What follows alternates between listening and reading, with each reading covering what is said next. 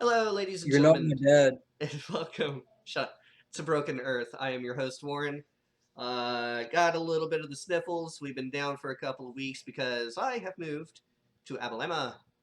Um, so yeah, we're ready to come back at it again with the White Fans, and gonna get the show on the road. So we're gonna start this off as we usually do with the Dice of Destiny, and I don't think Pat was here for last session. I wasn't here for the last like 2, 3 sessions because Okay. of reasons. Yes, reasons. Okay, so we're gonna go and roll one. Drop that. I'll get it later. That one. Uh And Baker. he drops the mic. What happened last session? I literally told everybody like before we even started. So we went to a house that had black silhouettes all over the backyard. It was very odd. Our characters don't know what it is, but being post-nuclear warfare world, we know exactly what was going on. We were kind of freaked out. We go into the house, and the house immediately starts tearing us to pieces. Where bad things are happening everywhere. The piano was almost the only casualty because I shot it for fun. um, we fought a ghost child and burned a teddy bear.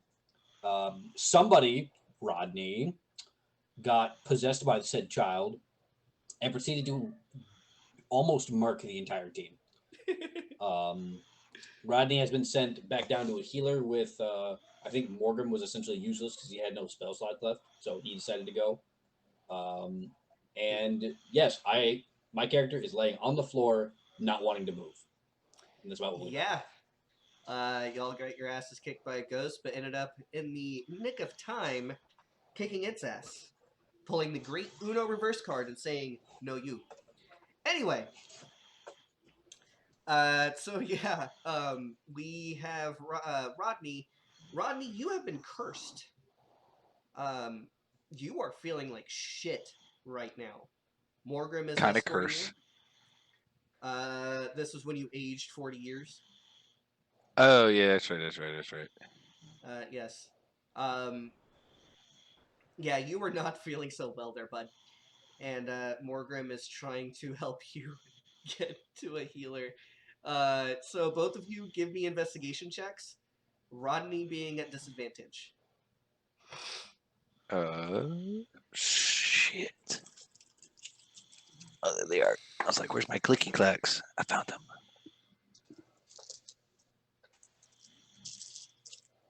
Brandon, move your mic away from your mouth. We can hear you breathing, Brandon. We can hear you. It's very calming ASMR. Is he asleep? I hope to God he's not asleep, because if he is, I'm about to be angry. He's not responding. He did say that he was drinking earlier before everything started. And so. he began saying he was laying down. Mm. You said investigation, right? It's a whopping 23 for me. It's a whopping 20 for me. Even at disadvantage. Holy shit. Even at disadvantage. All right. I guess it was meant to be. You do find. Excuse me, I'm dying here. You do end up finding an apothecary of sorts, and I can't kick him out of here. Anyway, you end up finding an apothecary of sorts, and you go inside. There is a woman who is beginning to put her things away. She's got some poultices and whatnot. She takes one look at Rodney, and her face almost goes pale. Are you okay? You're not very reassuring with that pale face, ma'am. She tries to compose herself. She looks to you, Morgrim. What did you do to this poor fellow? Ma'am, I feel like that's kind of racist. Yeah, Morgan, what'd you do? What'd you do to me, Morgan? I brought him here. So why is this now my fault? Well, the horns and the weird colored skin. Never mind. Uh, what happened to him? He got cursed by some little witch girl. Excuse me. Okay. Witchy bitch said, Let me "Fuck say you." this slowly. He got cursed by a spooky bitch. Okay. She begins to tap on her chin, and then she goes over to a medicine cabinet ish type thing.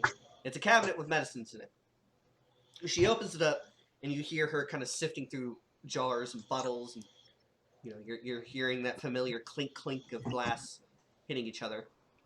Do we know what kind of quote unquote spooky bitch uh got a hold of your friend here? She says as she is rummaging through her belongings. Look, all I know is we burned a teddy bear and the bitch is gone. It's probably ghosts then. And you hear some more clinking and tinkling and stuff, and she pulls out uh a vial. Well, bring him over here on the gurney. And she waves you over to well, I mean, she calls it a gurney. It's more or less like a single size bed. Well, I mean, I'm gonna drag his punk ass over there. I'm not resisting at all. My ass feels like I'm about to fall to dust. Yeah, so you lay down, Rodney, and she has you drink this vial. And then you see her begin to wave her hands, and magic begins to kind of jump between her fingers in the color of green. And Ooh. you're beginning to smell pine oil, um, leaves, dirt, things of that nature. We'll come back to you guys. Marty, what are you doing?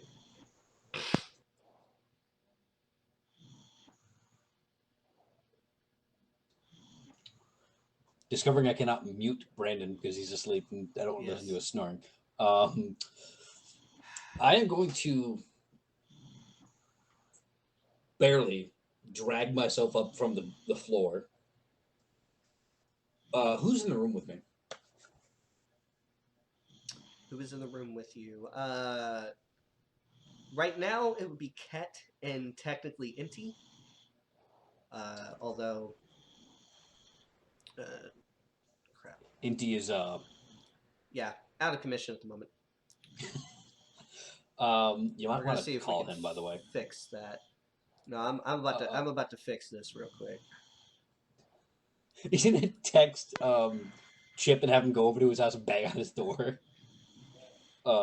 Anyway, I'm going to look at Ket and Inti and say, they said there were kids that came up here. We need to search the house. And I'm then going to stumble to the nearest closet / door, if there's anything in that room. I don't have the map pulled up right now. And open it and see if there's anything there.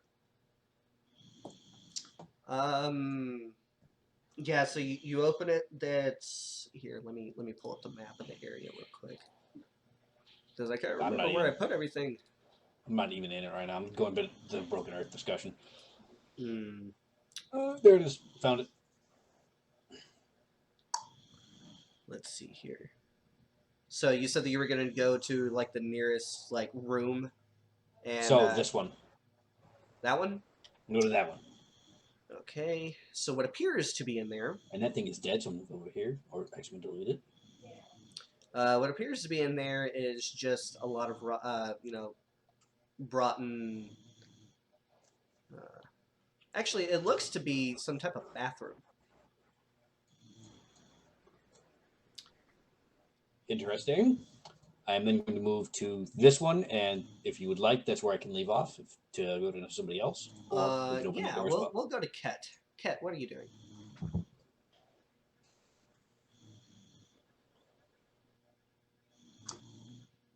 Are you just going to be following Marty?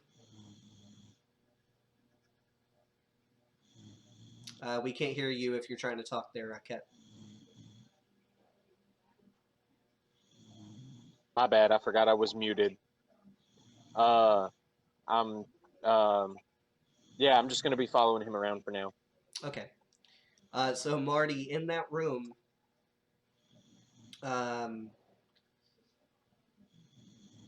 it appears to be some kind of closet. But the clothes have since rotted away. Interesting. Indeed. On to the next room. Yeah, so you keep on searching the house, and you don't find anything. I'm going to say that you're kind of, checking through all the rooms and whatnot. You don't find anything until you get back to the first floor. Okay, was there anything to loot upstairs that I'm going to come back to, or no? Yeah, sure. Give me a investigation. And if Ket would like, he can give you the help action. With advantage. Yep. Okay. Or yeah. Okay, that's good, because I rolled a 10. That's not a whole lot better, but it's better. Investigation, I'm pretty sure that's a negative. Yeah, it's a negative 1. 13. Ain't much, but it's honest work. You find on the vanity set in this room. Excuse me, shit. At the vanity set in the main room that you guys were in, where you burned the spooky teddy bear.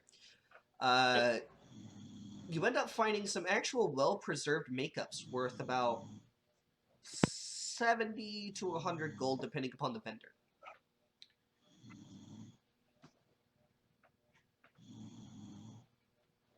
Okay, Brandon is there anything is on the really top starting floor? to piss Anything me else? off.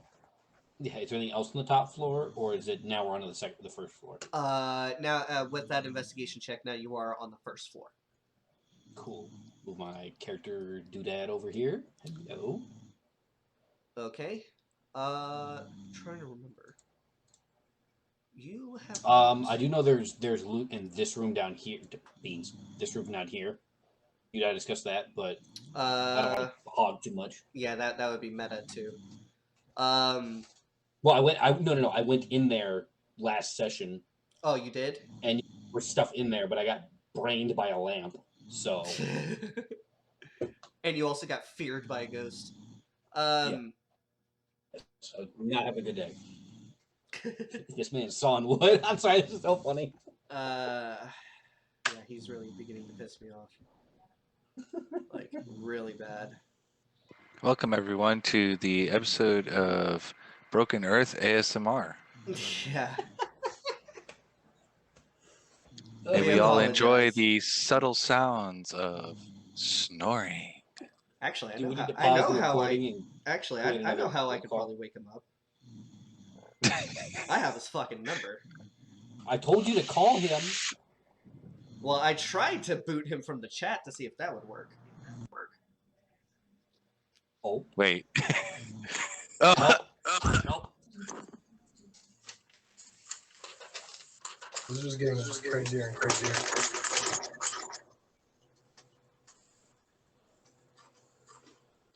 Did his phone fall? Why is there an echo? Man, are you serious? Oh God. I sound horrible. We need to make a new call. Oh, wait, his camera's on. Oh, what's going on? Brandon.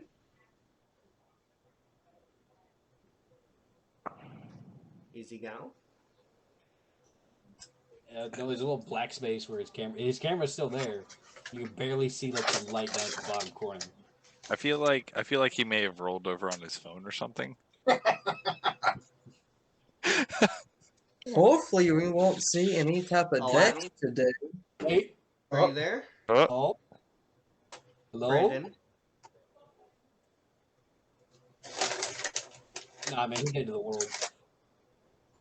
That man is gone. Man trying to I see kept go. Here, Like trying to kitty, see kitty, these kitty, kitty, lives, kitty. like Well, now we don't hear him breathing, so I guess we did something good. Fucking hell. yay!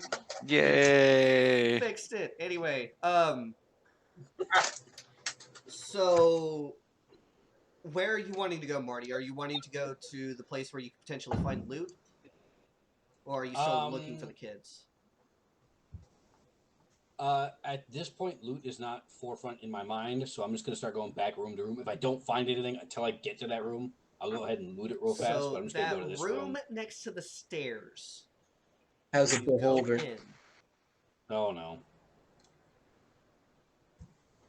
It's a very grotesque sight.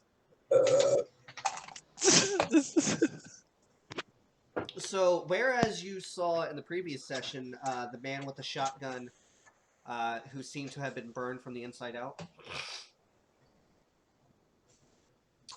there are about 6 children in here who have suffered roughly the same fate. Naughty, naughty. And with that, we're going to go to Cedar. Cedar, Yes. where are you? Where am I? That's a great question. That is a very great question. What we can do, just to bring you in here, is right as Marty opens up that door, I don't know if you're in Owlbear right now, but you end up going into the main, like going through the foyer into that main room behind Marty. And you would have seen... Which owlbear? It should be... The one in the Broken Earth group chat. Yeah, the Broken Earth chat in Discord. Okay. Give me 1 second. I'm pulling that up right now. Okay. I But didn't to, realize but you guys were continue, using owlbear. to continue on, we'll have you end up coming up behind Marty and Ket, because Ket also said that he was following. And Marty, what do you say whenever you are greeted with this? And Ket can also speak up as well.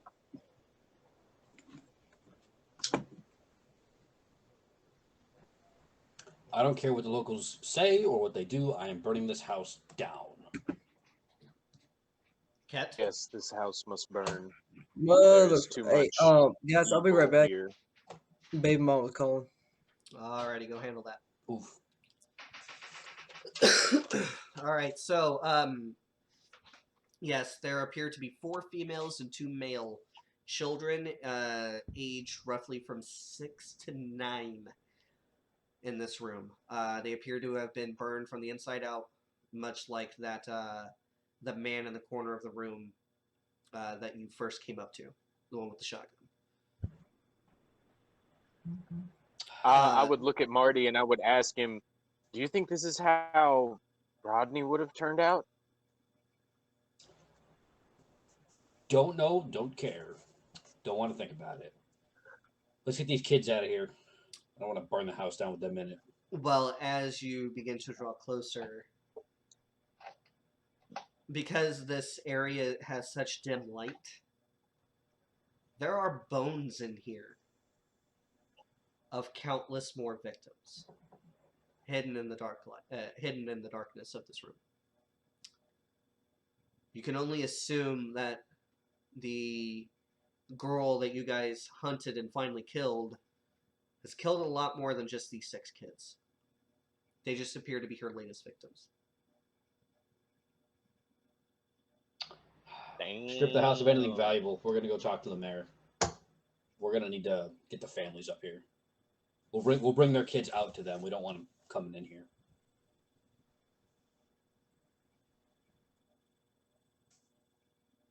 What do you have to say to that, Ket? I will silently and reverently start gathering up bones. All right. We'll come back to Rodney and Morgrim. Excuse me, damn it, man. Are you So- assholes still alive? So Hopefully. yes, you, Rodney, you were smelling pine sap, leaves, dirt, really earthy smells. And the more you were taking in this aroma, the better you are feeling. Yay for hippie magic. She stops weaving her magics for a second, which immediately makes you just kind of plummet back down. It's not hippie magic. Sorry, Please sorry. make the flowers make me feel better. she she then goes back to weaving her magics, and as you say flowers, you're smelling the scent of jasmine and rose and tulips and whatnot. And then it goes back to that earthly smell. Morgrim, what are you doing in this situation? Can I tell what kind of magic she's using? Give me an Arcana check.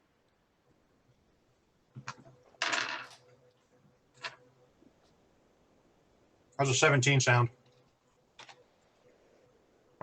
She's not really trying to hide it yet. She appears to be a druid casting Greater Restoration.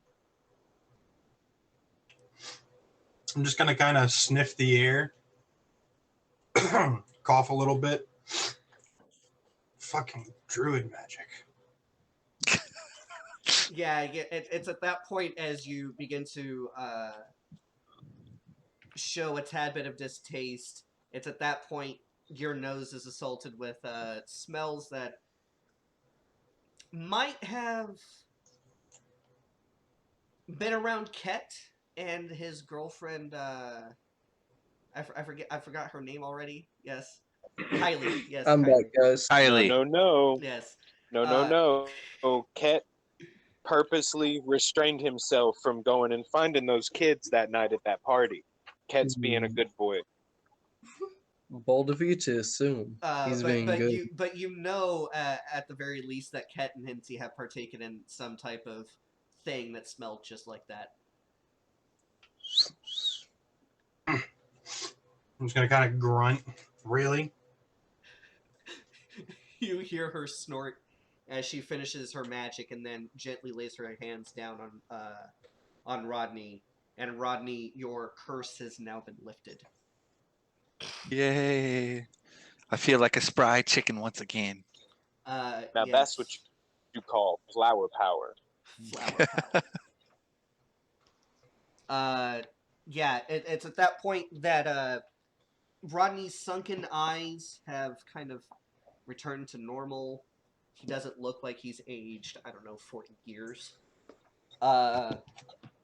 He seems to be spry old Rodney. I'm looking at the spell real quick to see if you receive anything else.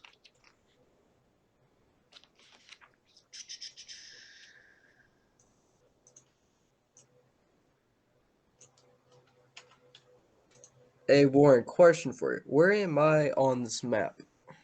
I'll get to you in just a second. Oh, yeah, it's just the curse that is lifted. That is all you receive, Farky.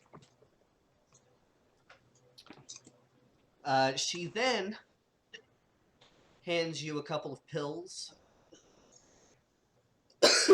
Rodney, and she says, Oh, sweet. take one now and one when you wake up in the morning, and you will be right as rain. And she hands them to you. Thanks, Doc. And I will proceed to skip to the door. Now, about payment? She looks at Morgan. How much does it which? Looks at you. Just let Morgan looking at foot her. the bill. looking at you. After I shot Morgan, yes, I'm leaving Morgan with the bill. Well, typically, using any services of the town, unless you have provided a service for the town, using my magics does cost about 75 gold. Oof. I'm gonna rummage in my coin purse, pull out 75 gold, and hold out my hand to her. Thank you. And she, grabs the gold. You could have got it free. What is wrong with you? Yeah, Rodney's broke as a joke because I buy all my I explosives. did give him that out. He chose I not to did use it. it. But it's too late now. She takes the gold, she thanks you, and tells you to make sure that Rodney takes his pills. What he does is on him. I will not babysit him. He's old enough to figure it out. Yes. That So, bastard shot me. so to answer your question, oh Jesus Christ! To answer your question, Pat, you were right there.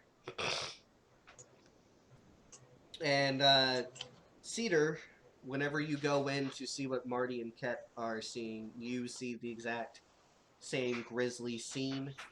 Ket appears to be gathering up bones. Um, how are you gathering these bones, Ket?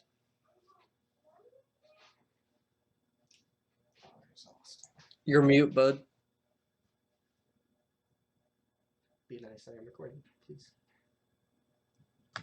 In my attempt to be helpful, I Austin, realized you that my bitch. dyslexia prevents me from spelling cedar, Damn, so my I bad. just labeled it Pat. So I am going to take my coat off and lay it on the ground and Mhm. start piling bones on the coat, and get as many as I can, and then tie the sleeves together and sling it over my back. Alrighty. So you're trying to be as reverent as possible when gathering these bones. Yeah. Okay. Marty, what are you doing? Instead of him tying the coat up like kind of like a bag, I'm going to find two about 5 foot wooden staves of some kind or some kind of pole about 5 feet long, Uh-huh. and I'm going to I actually have a quarterstaff with me. cool. I'll use my rifle. I'm going to turn his sleeves inside out and button up and zip up or button up his coat, and use the quarterstaff and the rifle to make essentially a. I'm going to unload my rifle, firearm Uh-huh. safety, and use the coat as like a stretcher, so we're not just like putting them in a bag. Like Okay. we'll carry them out like that. Alright, too easy. So yes, Cedar, you are witnessing Marty and Ket, making, a makeshift stretcher.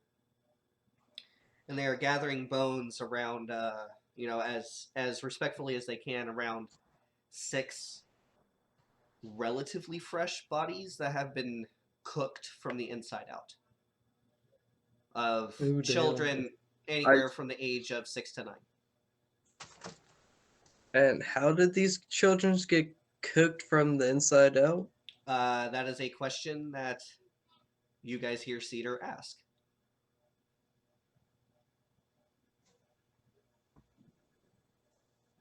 I would turn to him and say, I think this is what Rodney would have ended up like, had we not saved him.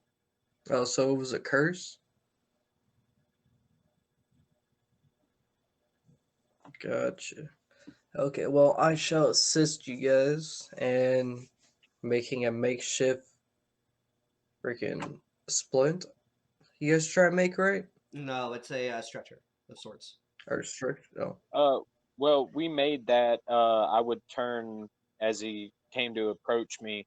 I would turn to the bodies and say, ask him to start carrying them out and being careful. Okay, sounds good. As you approach these bodies, Cedar, you are faced with an overwhelming feeling of giving these people some form of last rites. Yeah, well, I'm assuming we're burying all these kids and stuff, so I'm gonna pray that Apollo will help guide them to the afterlife whenever we go out and bury them. Alrighty. We're gonna have the families come claim them once we report back to the mayor. Is this your child? Is this your child? Does anyone claim this one? Come out, claim your dad. Ding ding ding ding. Bring out Come your out, dad. claim your dad. Bring out your Ding, dad. ding. Claim your dad. Oh, we're Claim all- your That are dad. asking parents who have just lost children, hey, is this your kid? For 5 copper, having this dad could be yours. and you are being a ventriloquist making the child talk. That would make it very grisly. Is this your child? Oh my god! No, Is no. there a way- oh, is there a horrified? way I'm to- sorry. Is there a way to use like cantrips to make bodies talk? Oh my god. No! Yes, but No! technically there would be. There are technically spells. Technically. There are technically spells. No, we are not. Guys, doing campaign's that. over, total party wipe, everybody's dead, dragon comes out of nowhere, torches all of us. Alright, moving on to the next campaign.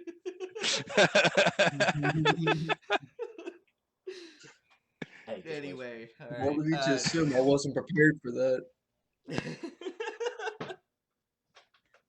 Fucking Christ. Alright, so we're gonna get back to this. Morgrim and Rodney, are you guys heading back up to the spooky house? The fuck no. Yeah, I'm gonna agree with him on that. Fuck you and fuck that house. Rodney is going to go find the town square. He's going to sit his ass in the town square and wait for the rest of the party to show up. Oh my god. Straight up, fuck no. Rodney's just going to look at that house and be like, when's it going to light on fire? Someone's got to burn that bitch. I will take liberty of taking control of Inti since Inti doesn't know how to not drink before sessions. Well, he doesn't know how to drink responsibly before sessions. Because I already finished mine and I'm still good. But yes, Inti does end up helping you guys, and I mean, before you know it, you have the children outside of the house. How far away from the house are you taking these kids? Let's go about 50 yards away from a house. Far Okay. enough away the parents don't have to go to the house. Okay. Yeah. So yeah. And if 50 there's yards. like a nice tree, we can bury We're them not next to burying the them, tree. the parents are gonna come grab them. No, we're gonna bury the parents too. They can enjoy their personal time with the kids. Fuck them parents. Don't need them. You want your personal time? Here's your personal time. You could take care of your kids. Get in the hole. Jesus. See this whole next Fuck. What the That's fuck for went you. wrong with our party? We all turned into fucking murder hobos in like an hour. Hey, that's better than the post conversations. No. Okay. That is We've been having True. D&D withdrawals, y'all. Yes, we have. We're Dude, so- I we have need not to had- do terrible things. I have not had a D&D injection in like 2 or 3 fucking weeks, my guy. I am like chomping at the bit, scratching my neck over here, dude. You're welcome. Anyway, so yeah, you guys are finally able to have all the bones and all the children from that room out of the house. Are you guys wanting to continue looting the house, or? Yes. I'm going to look yeah. at Cedar and Ket and say, if you guys want to continue looting the house, I'm gonna go get the mayor and the parents. All right, You have so one of them. Marty is running off to go get parents and El Majordomo. Oh, actually, no. I'll go with them since I am the cleric of the group, and it would be nice to have a holy man to give the bad news. Okay, so Ket is staying behind and looting. Yes. Ket, because Inti is being nice enough to help you, go ahead and give me an investigation check. Uno momento, por favor. Poor favor.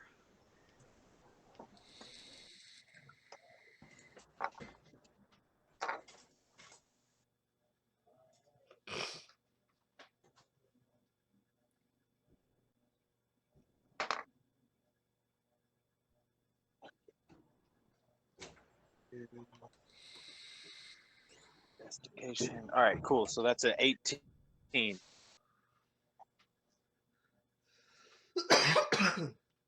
And you did so at advantage, yes? Oh, I'll take it as a no. yeah. 18.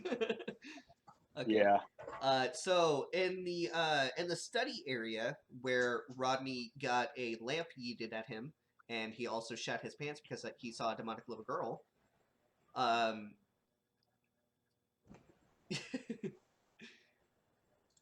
like I said, that was me. It was Marty.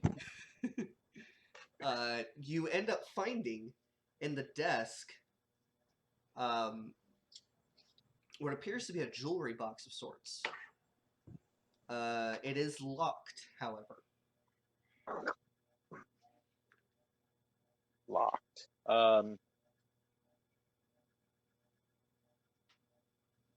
Have we come across a key? No. You have a master key in the form of a pistol. I need to mute myself. I will have NT roll Uh, to pick it with the Thieves' Tools real quick. And he just passed the DC. So, yes, NT is Fuck yeah. able to tinker with it, and he finally gets it open, and you are looking at 6 pretty necklaces valued anywhere from 20 to 70 gold, depending upon vendor. And that is 20 to 70 gold each. Oh, 6 necklaces valued roughly the same. It's just you have to take it to a vendor to appraise them oh, okay, I got you. in order to get their actual true value. Cool. Is that it? Yeah, out of that lockbox. Yep.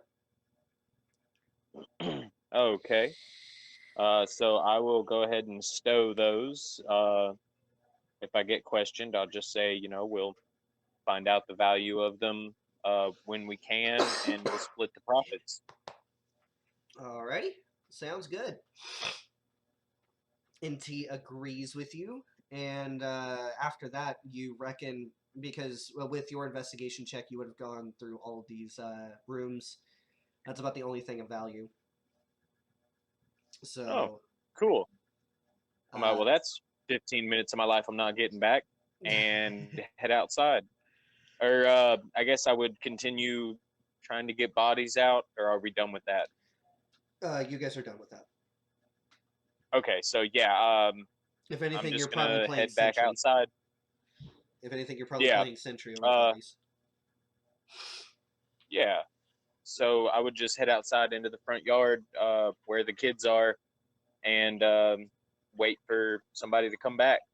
All right. Well, Marty, as you are approaching the town square, so to speak, you do see Morgrim and Rodney there. They appear to be waiting on you and the rest of the party. The mayor's house, the one where you talk to him, there is a light on inside, but it's beginning to get past dusk into actual nightfall.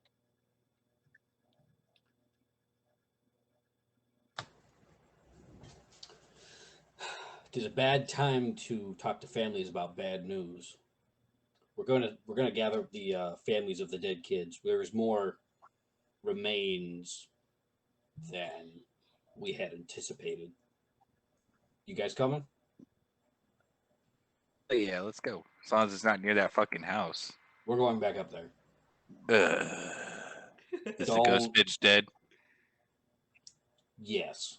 You Don't ended up yeah, killing the ghost me. bitch. Oh yeah, that's right. Oh, that's right. Yeah, fucking lit her on fire. I still don't trust that she's actually gone.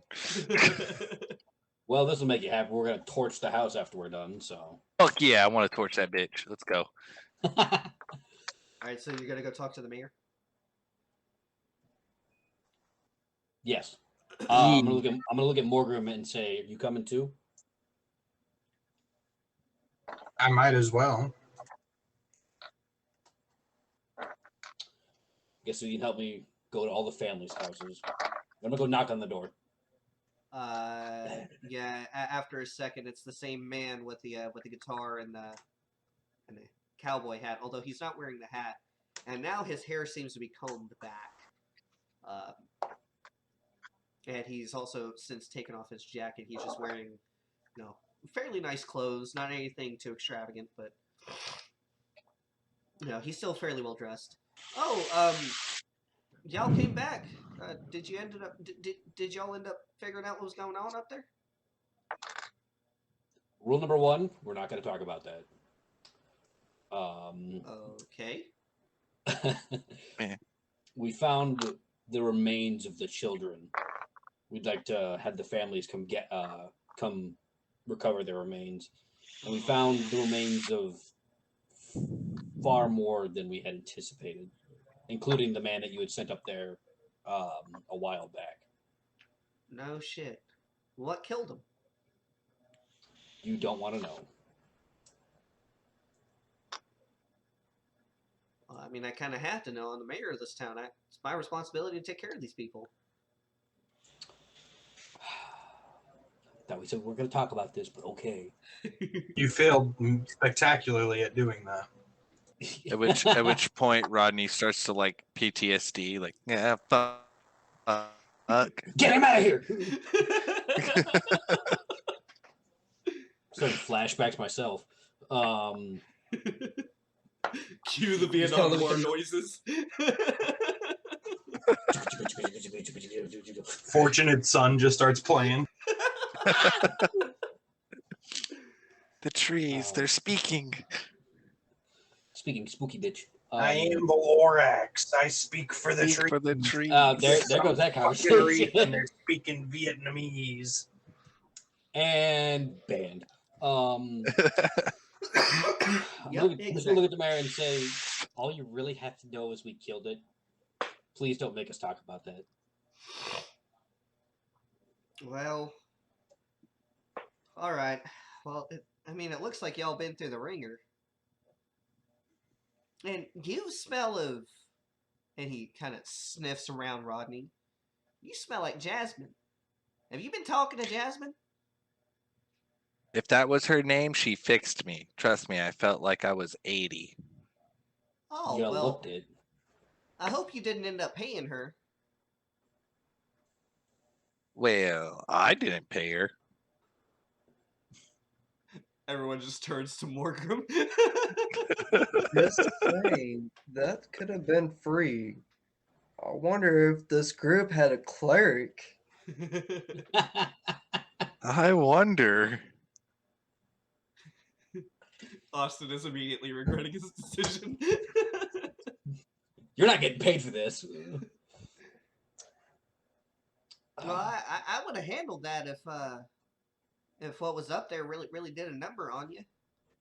It must have done a number on you if you had to go talk to Jasmine. I mean, sheesh. What's done is done at this point. I'm just gonna kind of like shift my shoulder, like it's stiff.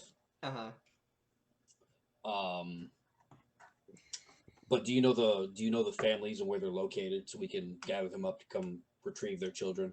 Yeah, I'll call a town meeting. There are a few of the families that I'm pretty sure they lost some kids up there. I'll gather them up.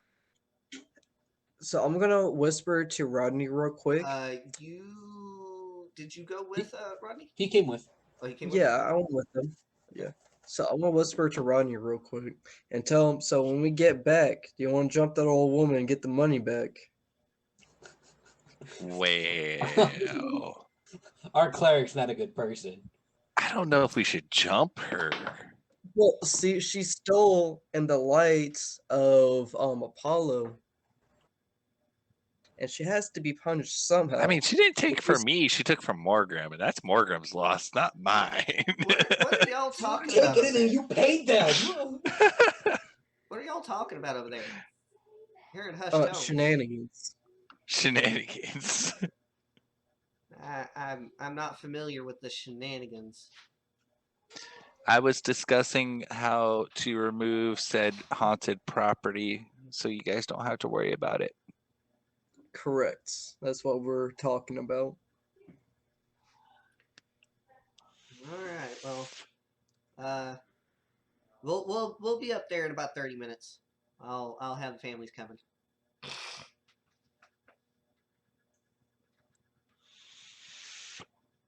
And with that, I'm assuming you guys are going to go back to the top of the hill. Yes. All right. So with that, you guys head back to the top of the hill. Roughly 30 minutes later, the mayor comes with a group of about 10 families. Before they get there, can I do something? Yes, you may. These remains, do they stink? Oddly enough, they don't. Okay. Uh, well, I guess what I'll do is I'm gonna cast Prestidigitation and make it smell like lavender and citrus. Just calming scents, to help keep the families calm when they get here. Well, 6 of those families, they are anything but calm. One can only imagine losing a child. So, there is a lot of lamenting going on.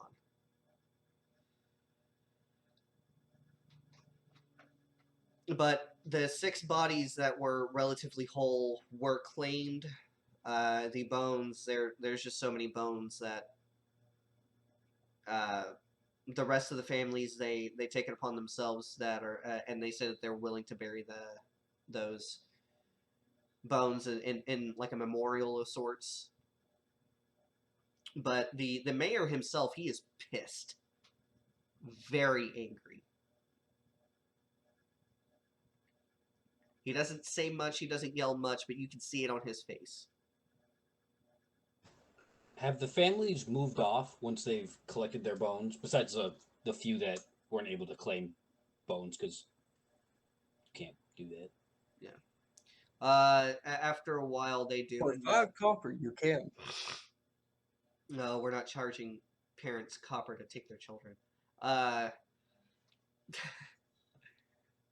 right, get in the hole. All of you, come on. You're terrible parents. Get in the hole. Come on. The parents do end up taking their children, the ones that they can claim. They do end up taking their children away after a while. And now the mayor just seems to be furiously staring at this house. I'm just gonna look at Rodney and say, Rodney, burn it. Say less. And Rodney is going to proceed to start casting firebolts at every flammable object on this house. NT ends up helping you. Ket, you're talking, but we can't hear you, homie. I shall help with Sacred Flame. Yeah, firebolts, and also I'll cast Burning Hands. Okay. Ooh. Ooh, getting fancy up in this bitch. Are you helping at all, Morgrim?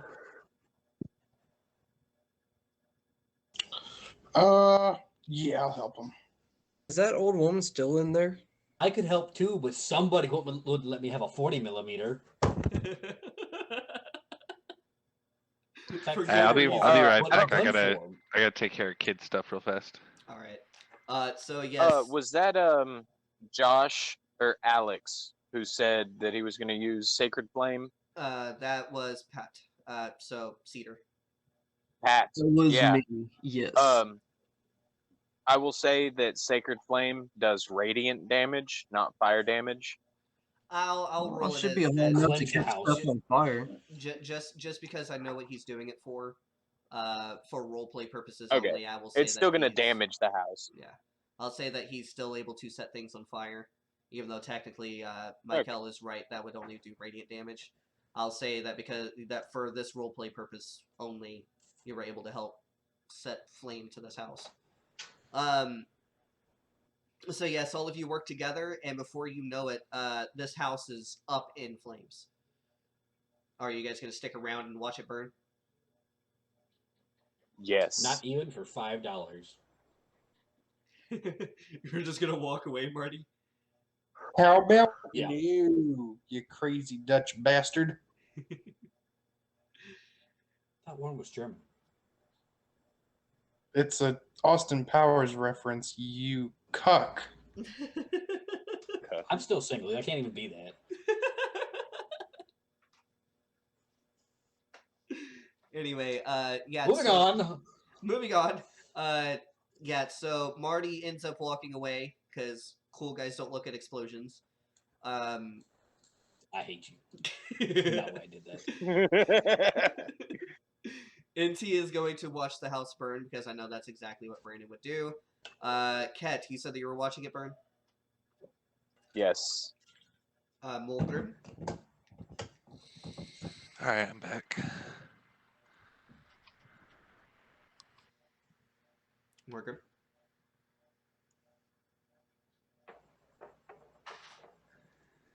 We're going to assume that Austin is not there. Pat, Cedar, are you watching the house burn? No, I am not. So you're walking with Martin. I will gladly enjoy the watching of the house burning. Yeah, I'll Alright. go with Margaret. All right, so a little over half the party is watching. The other portion is just walking away. And that is where we're going to take our break. So for those of you watching, now is the time to hit pause and go ahead and get yourself some drinks and stuff. Refill on refreshments. And we will be right back.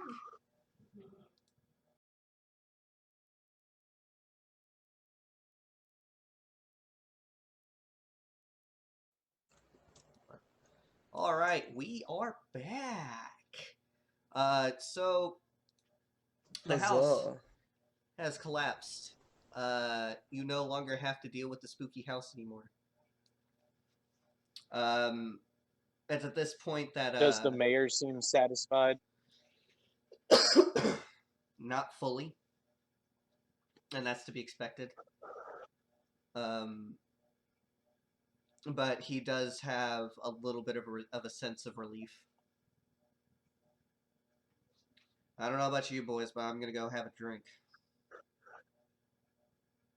I'll join you, Mayor. Yeah, so will I. You just invite yourself into the guy's house to drink his whiskey. Walks in nonchalant. Oh, that's a very nice house you got there. Oh, look, there's some whiskey. Thank you very much. Takes the bottle or decanter, and just leaves. Your donation is great. So yes, he ends up actually just going to the bar. He does order a very stiff drink for himself, and he lets you guys order whatever you want. He says the first drink's on him. And after you're done drinking your drink or what have you, you can come to his table and you guys can talk business as far as payment is concerned.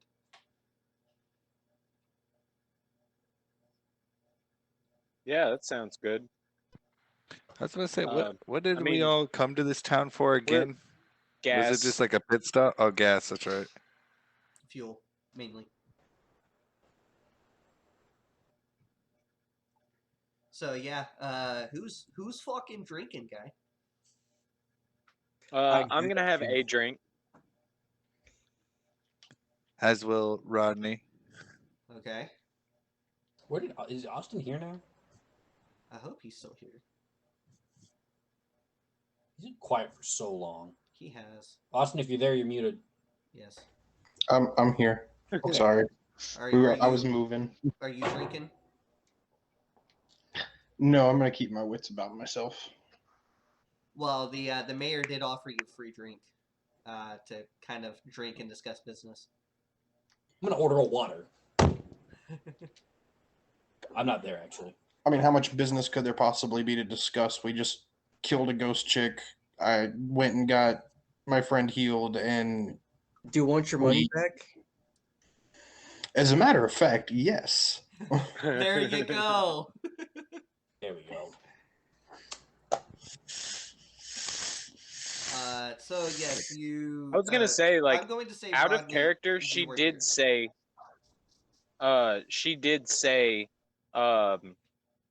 if you haven't done anything for the town, then it's gonna be 75 gold. And we already Noted did and stuff in mentioned, the by the town. way, by somebody else. But I'm just saying, these hands are ready EA for everybody.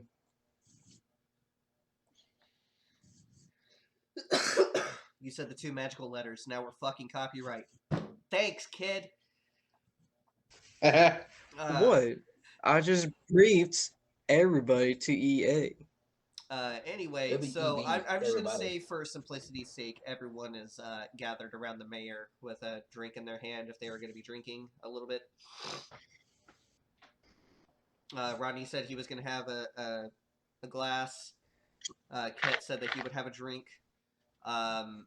Marty, are you drinking, or was that water comment literal? Actually, I was not there. I went back to the bikes. Oh, you went back to the bikes. Yes, Uh, 'cause I left before they discussed going to get a drink. Then I will say that you and Cedar saw the rest of your companions and the mayor go into the bar to give you the chance to join. I guess I'm gonna go to the bar then. And yes, I'll just grab. I'll grab a whiskey. A whiskey. What about you, Cedar?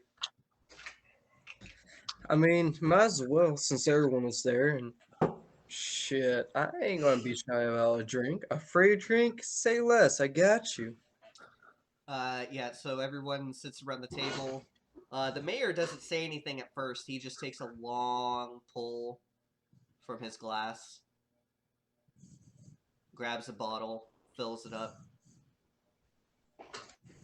All right. Well, now that that unfortunate business is handled, uh, I know you guys were wanting fuel. Excuse me. I know you guys were wanting fuel, and we'll give you a full tank before you leave the area. We're willing also to offer you guys a place to stay for the night.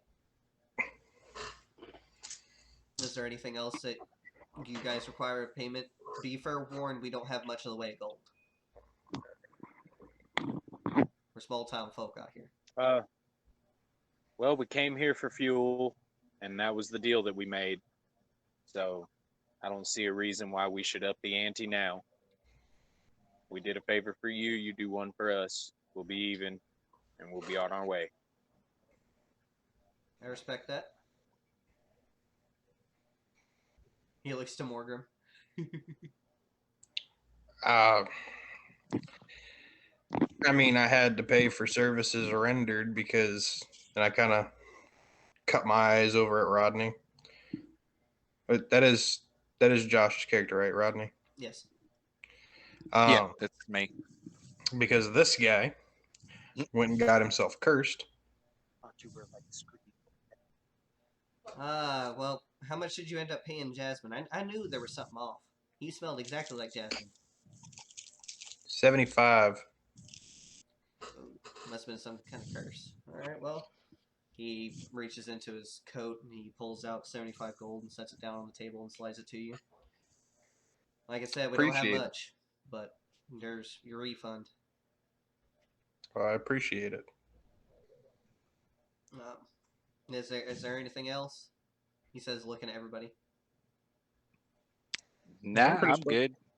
I got fixed up and we got fuel. And I bought explosives here, so we're good. Yeah, we're willing to, provide you guys some lodging here for the night. I wouldn't recommend traveling abouts during, the night because we'll be getting reports off to the east that there's a lot of bandits coming around. Ooh, bandits. Saying something about I would they're look- the chosen men or something. The Uh, best thing, I would the look best at my thing we can say about companions them and Is there a sighting? lot of shit going on right now. I'm Hey, gonna hey, go. Mayor, is there I'm there gonna a go with sighting Ket, of them nearby? Hold on a second. I'm gonna go with Ket first, then Rodney, then Marty. So Ket. I would look to my companions and ask if we should stay. We did kind of get a rest at the house, and You that did wasn't not too get any long rest. ago. You did not get any Oh, rest. we didn't? I thought we did. Okay. At least if memory serves, you do not get rest. Rodney. I was gonna ask the mayor of how close these sightings of the chosen men were. Well, I heard tell they're around Joplin. Joplin ain't but maybe, I don't know, 50, 60 miles away. Isn't Joplin where we came from? Yes. Yeah, fuck that. We ain't going back there. I thought maybe they were on our way. But yeah, they said they was heading. Some reports have been saying that they've been heading north. They hung around Joplin for a few days, and now, I mean, I can only count rumors so much, but they're saying it's a horde of vehicles. Y'all know anything about that? You came from that way. All I can say, Mayor, is watch out for him. All right, Huh? steer clear. I guess the rumors must have some form of truth to them. Marty? The best thing I can say, the best way I can say to deal with the bandits, Mayor, is for now, let them take whatever they want. I mean, we ain't got much here. And if they're To them, asking that for may any of not my matter. people, I mean, we'll die to the last man before they take any of our people. That's what we're afraid of. So y'all are saying these rumors are true? Unfortunately. Oh shit. Alright, well, keep a lookout. Try to get some of the vehicles running to prepare for an exodus. Probably head towards Colorado City or some shit like that. Good luck and Godspeed, Mayor. I'm going to turn in for the night. Yeah, y'all get yourselves some rest. Y'all been through the ringer, so y'all have a good night. And he polishes off his glass and gets up and heads back to his house. So, God damn it, man. The next day, you all wake up refreshed after a long rest. Your motorcycles are already filled up and ready to go. So, is it off to Kansas City? Where were we off to, by the way? Kansas City. And away we go. We were told to go meet up with the rest of the crew. You guys ready to go? Hell yeah, and We'll hi send ho. it. We'll send it. Hi That's ho, fucking Silva. All right, That's my so line. you guys kick over your bikes, give the town a wave.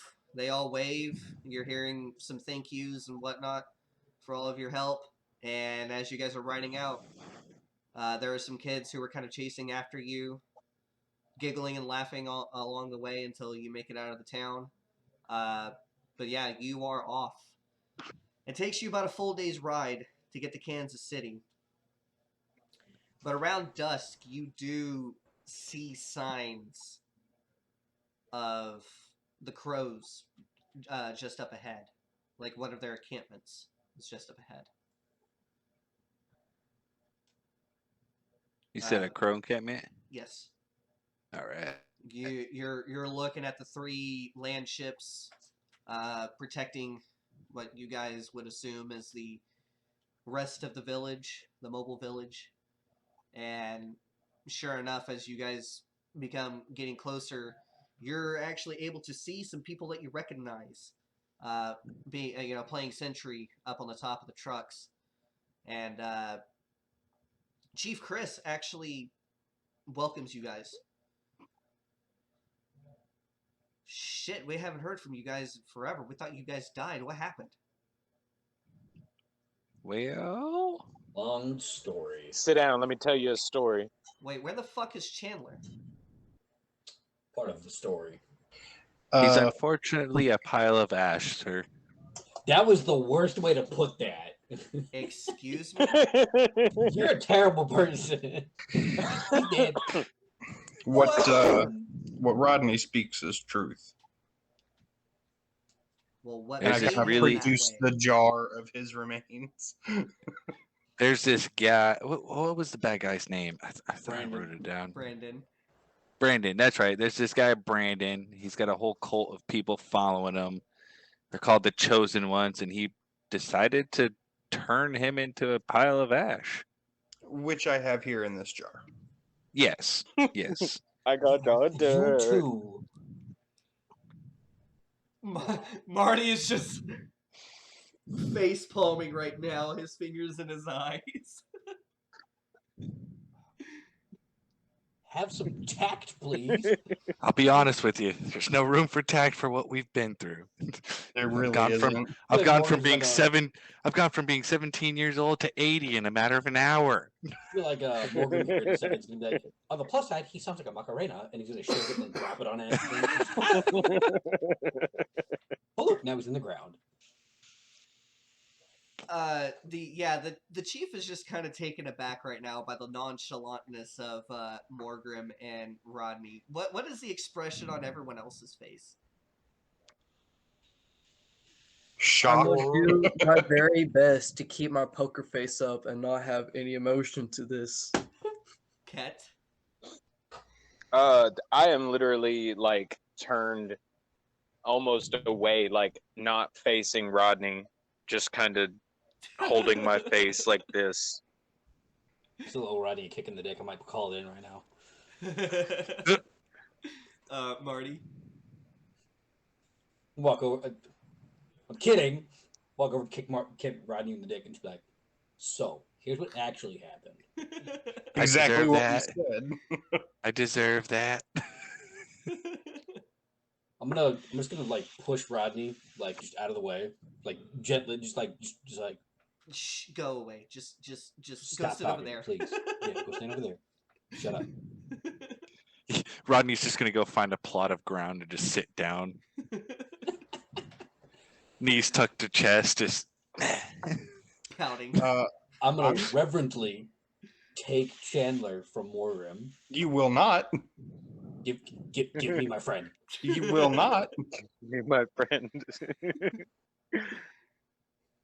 I'm gonna look at the chief and say Chandler died a hero. He died trying to save us. Well, what the fuck happened? What didn't We're happen? scouting. Shut up. You two are terrible. I Stop. didn't do shit. hey, Rodney's minding his own business. He's over here pouting, sitting on the ground. Terrible people. Fuck what you! came- I didn't say anything. I thought you did. No, you No, I said said I no, have you said Chandler here. in this jar. Like I have his remains. Oh, this is wonderful. So I'm gonna look at the chief and I'm gonna say, we were scouting in a canyon past Joplin, or not quite to Joplin. Where were we? By way of outside. Joplin. Just outside. We were just by the way. outside Joplin when we were ambushed by a force of magnitude, largest group of people I've seen in years. And they have more. And there's more. We were captured after a sordid battle. And when we came to,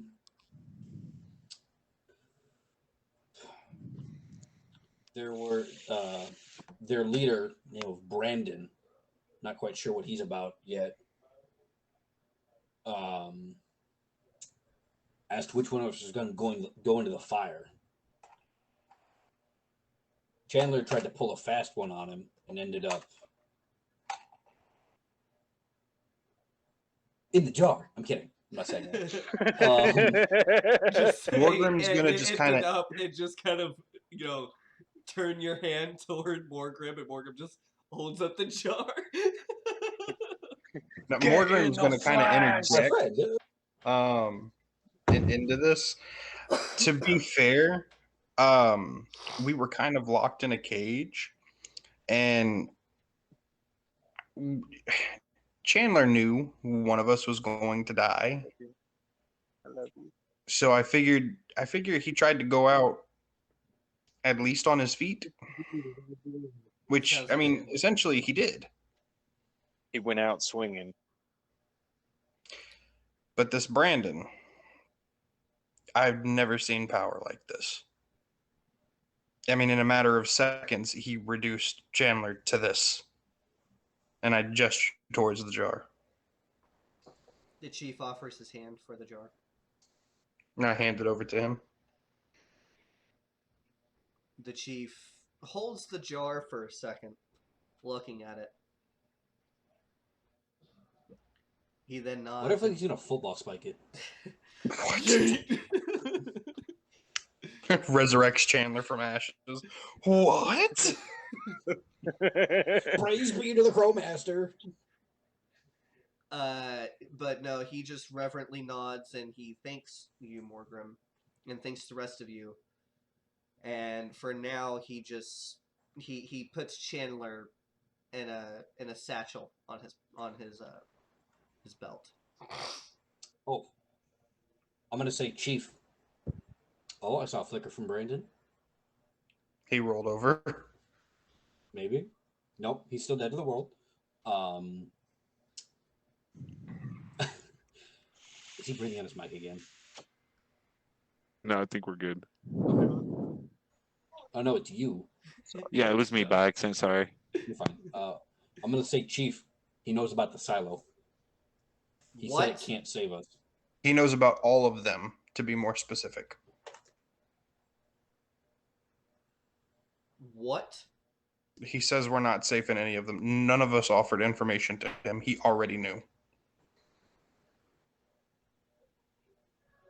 Fuck. Did Chandler have any last requests? I don't remember. That's like 3 sessions ago and like 4 I weeks ago. believe I think his request it was to take care of his family. He had something else, and I'm not going to remind you. You're a terrible DM. He's take care of his family. Don't Report last everything section back laugh. to report everything back to Chris. Make sure we kill the bastard. Yeah. You got to give us something here, Warren. It's been 6 weeks since that session. I could have sworn I wrote it down, but my notes never saved. So It's been 6 weeks. I remembered. And You're the have no fucking notes. DM. You wrote it. Facts. I He don't probably have has any notes the, on that. I just remember. He probably has the script in front of him, and he's like, Yeah.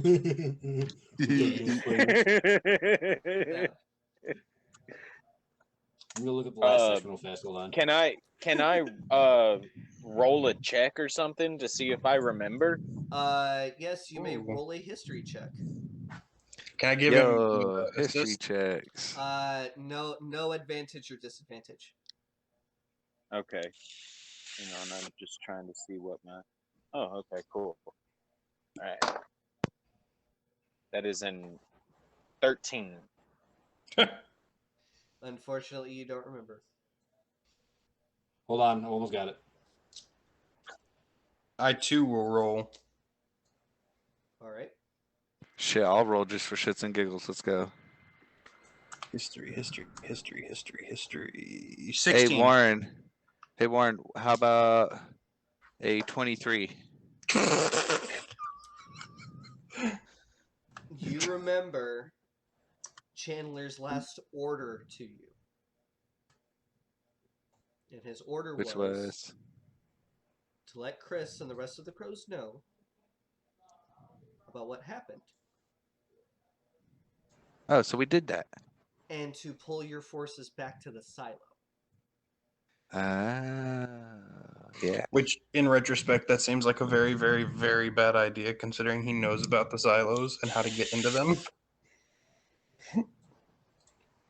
He didn't necessarily say pull back to the silo, but he did say that you get that the tribe should pull back. Do with that information how you will. And Rodney is the only one aware of it. Damn, my 16 wasn't high enough. No. I have all the power. Because y'all should have been taking notes. I did. Could It's been swear I 6 did. weeks. I will pipe up as Chris is mentioning, any last directives. Hey, boss. Chandler mentioned something about falling back and not pushing forward anymore. Did he say why? I believe it is along the lines of we're severely outclassed.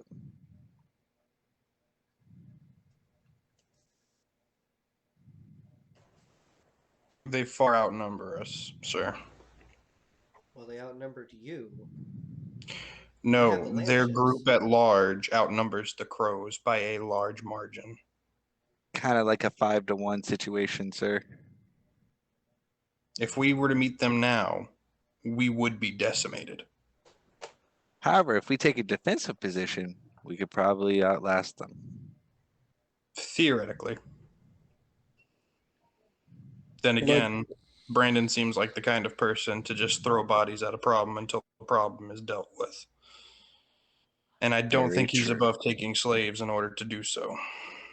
Ooh, that reminds me. Hey, completely random because this is Rodney. Chris, is there anyone familiar with Old World tech? We do have a couple artificers around here who specialize in that yet, yes, but excuse me. But why would Chandler tell us to pull back? That's not like him.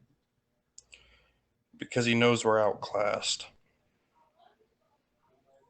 He But was it's not quite in the him type to of man. retreat. He said fall back Chan- to a silo, more specifically. Perhaps Chandler didn't necessarily mean run from the problem. Maybe he was pointing us in the direction of a weapon to deal with the said problem.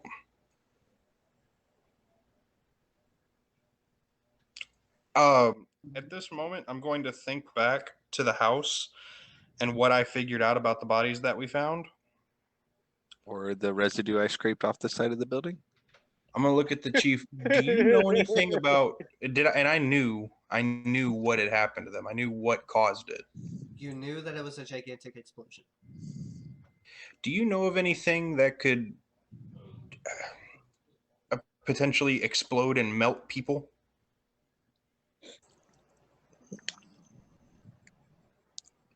I mean, the god weapons of the old ones were told to do that, but no one's seen one of those in ages.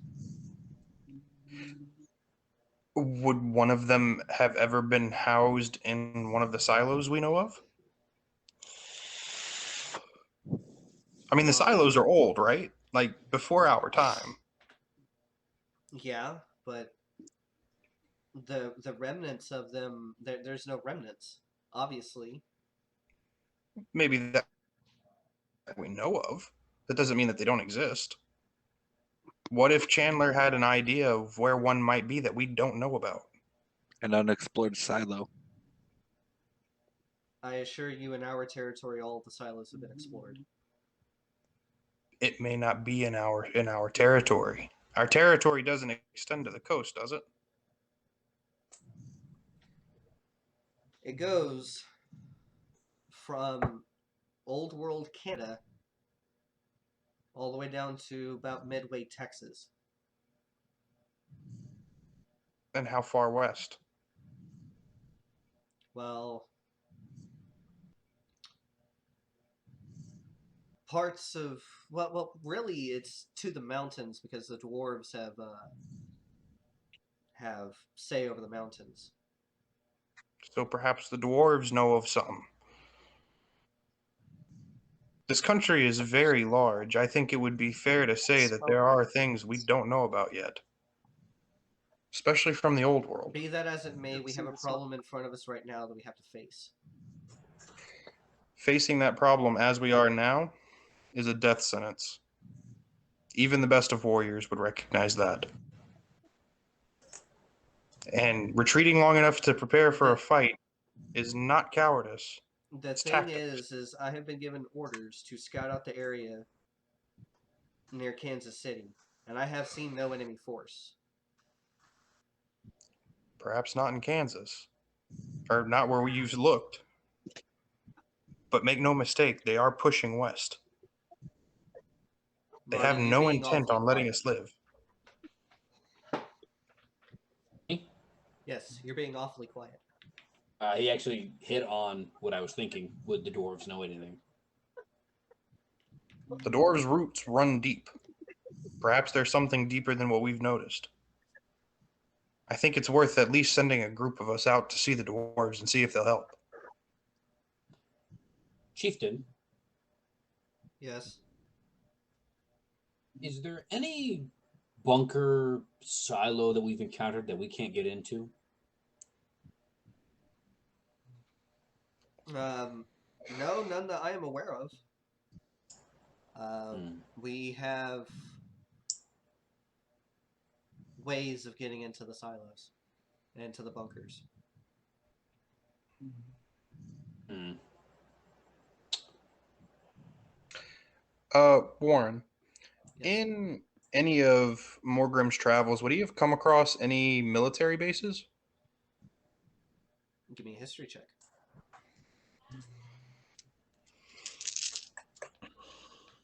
I just don't know where to go from here, which is frustrating.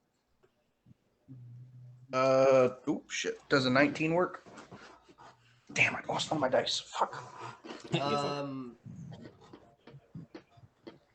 Actually, this is how you met the crows.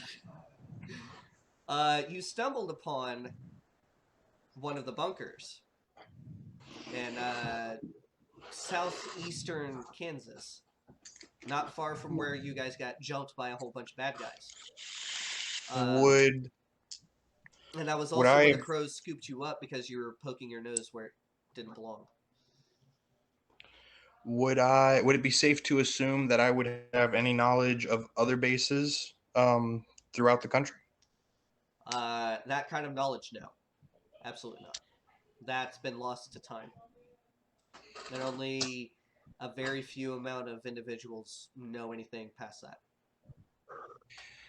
All right, then I'll word it this way. Chief, where you found me, was that a staging area for ancient militaries? He's breathing on his microphone again. I think that was someone else's vape.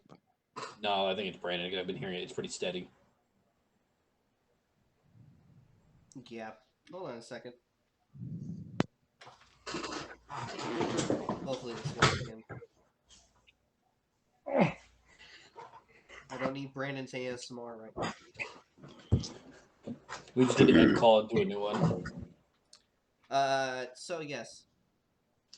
Oh. To answer your question, Morgan, no, that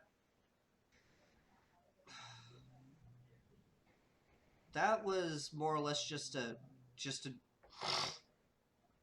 bunker where they house some soldiers in the event of a nuclear, or that what said in the computer in the case of a nuclear event. We don't know what a nuclear is.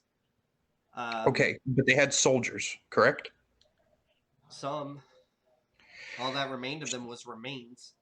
But no, I'm not talking about live soldiers now, but at some point the ancients had soldiers, which means they had armies, right? Well, yeah. They had weapons that could wipe out planets. If that's the case, it's a pretty good possibility that there were other staging areas for soldiers and other places they would have hid planet destroying weapons from their enemies.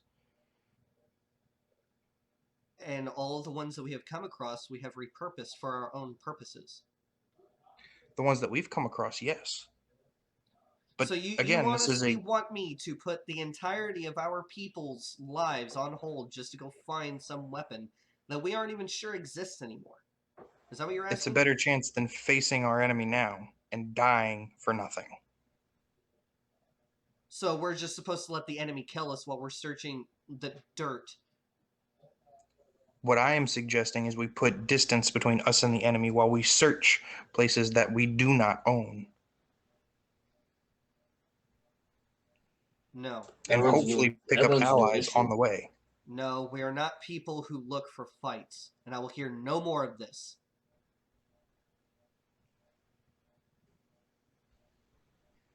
Ket, you're being quiet. I'm just kind of sitting back, listening. I don't really. I'm trying to think. Ket, as a changeling, I did a lot of traveling and stuff, almost like a mercenary, uh, doing bodyguard work and stuff like that. Um, would I have come across anything um, worth noting? Give me a history check. 17. The only thing that you've come across worth noting is the silo that you came from just a few sessions ago. I have I I have an idea. Let's finish with Ket, and then I'll come back to you, Yes. Marty. Yeah, no, I don't really have any input. I'm with uh, Morgrim that I think the best possibility would be to overpower them um, in a massive way, um, to be able to find some weapon of mass destruction like that would definitely give us an edge. Uh, but I don't think, how do I say this? I don't think that we should all get involved as far as like all the crows going out and searching stuff. Uh, a smaller search party might go a little more easily unnoticed. Are you going to bring that to the chief's attention? I would mention it, sure. How are you going to do so? Uh, well, let me ask you this: would I be talking about it before uh, he says, I will have no more speak of this? It would be right as he said that you would be able to pipe up. Okay, yeah. Then I would just say, okay, but what about if we just go? If we, what is there, 7 of us? Uh, if we 6. 7 just go out, 6, and see what we can find. If we're not back, if we don't find anything in a week, we'll come back. And what is your plan to go out and look for these things? Do you have any intelligence on where they might be? Or are you going to No, wander I the do not. wastes, looking for things? And I don't think you guys realize this. In the early days, finding these things was like finding a needle in a billion haystacks. We just chanced upon it.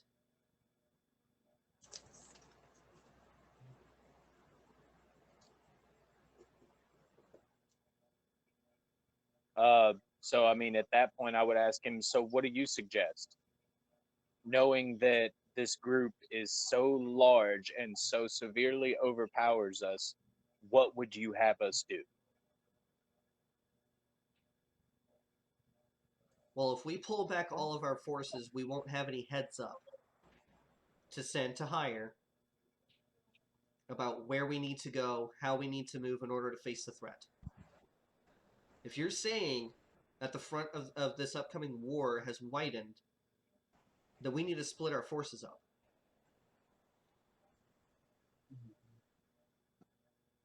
Chieftain, I think I have an idea. I'm all ears. He's already mentioned that the bunker or the silo won't save us. Thus, we know he is coming after the silo. If we can split the crows into how many bands of crows are there? I think you said there was 4 or 5. 4 roving and 1 sedentary. As We far can as the split the larger crows. groups are concerned, there are 4 large roving ones and 1 large sedentary with smaller pockets scattered throughout the wasteland. If we can split the crows in half, 1 remaining roving, 1 covering the silo because we know they're going to hit there, and we put the artificers and the gunsmiths to work. I think I figured out a way to replicate the flak cannons from that town. What I'm thinking is essentially what is turned into a giant shotgun. Take something similar to the 50 cals, large spring, buffer, large bolt carrying group. Have a 4-inch in diameter barrel. You can go over your plan with the artificers. That is of no concern to me right now. But with this, we take 2 bands of crows, we wrap them around the silo, and we create a defensive edition with updated arms and ammunition, and send the other 2 out for scouting parties. That could work. Cedar, you're being quiet. Got off no tangent, sorry. No, that's fine. I'm just trying to spread the love here. Yeah, I mean, I'm not really sure what to say on all this, so I'm gonna let them do their thing. All right. What about you, Rodney? I need a ruler. Perfect.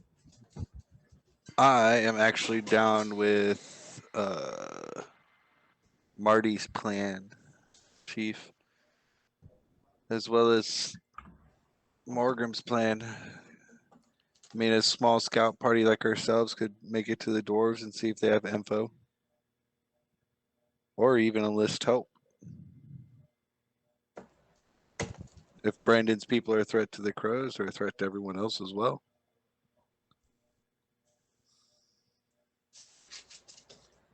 But that's not the agreement of the Great Pacts that we have signed. It's our responsibility to protect these people, and our responsibility alone.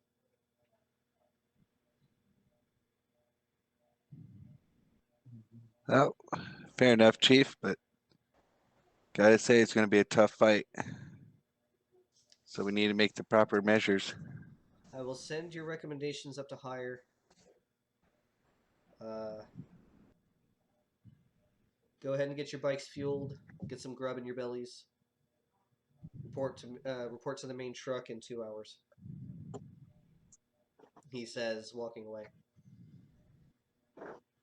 I'm going to kind of run after him and try to flag him down. How are you doing so? Huh? How are you doing so? Just running after him. Chief, hold on a minute.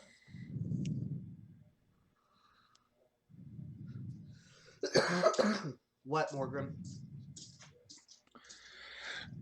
Concerning Chandler's remains, if we could obtain permission from his family, I would like to see if we can send them down to my mother.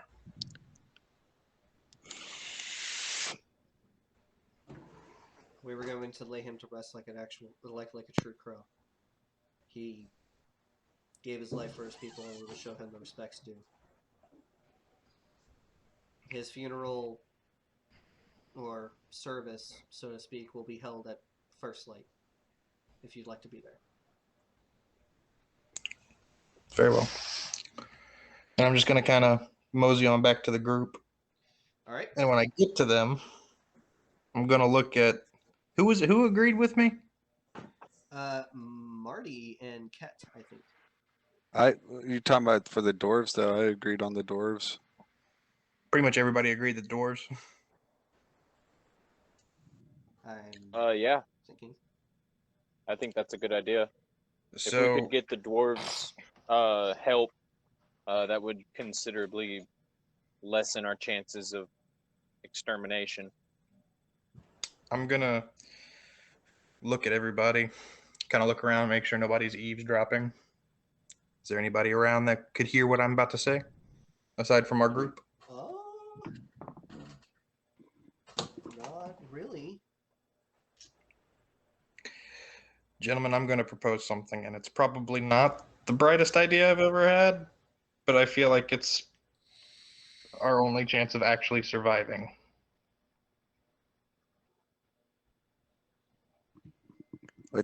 What you got? I will raise an eyebrow inquisitively. I'm going to get strung up for this, but I think one or two of us needs to go pay a visit to the mountain dwarves. Oh, I'm with that.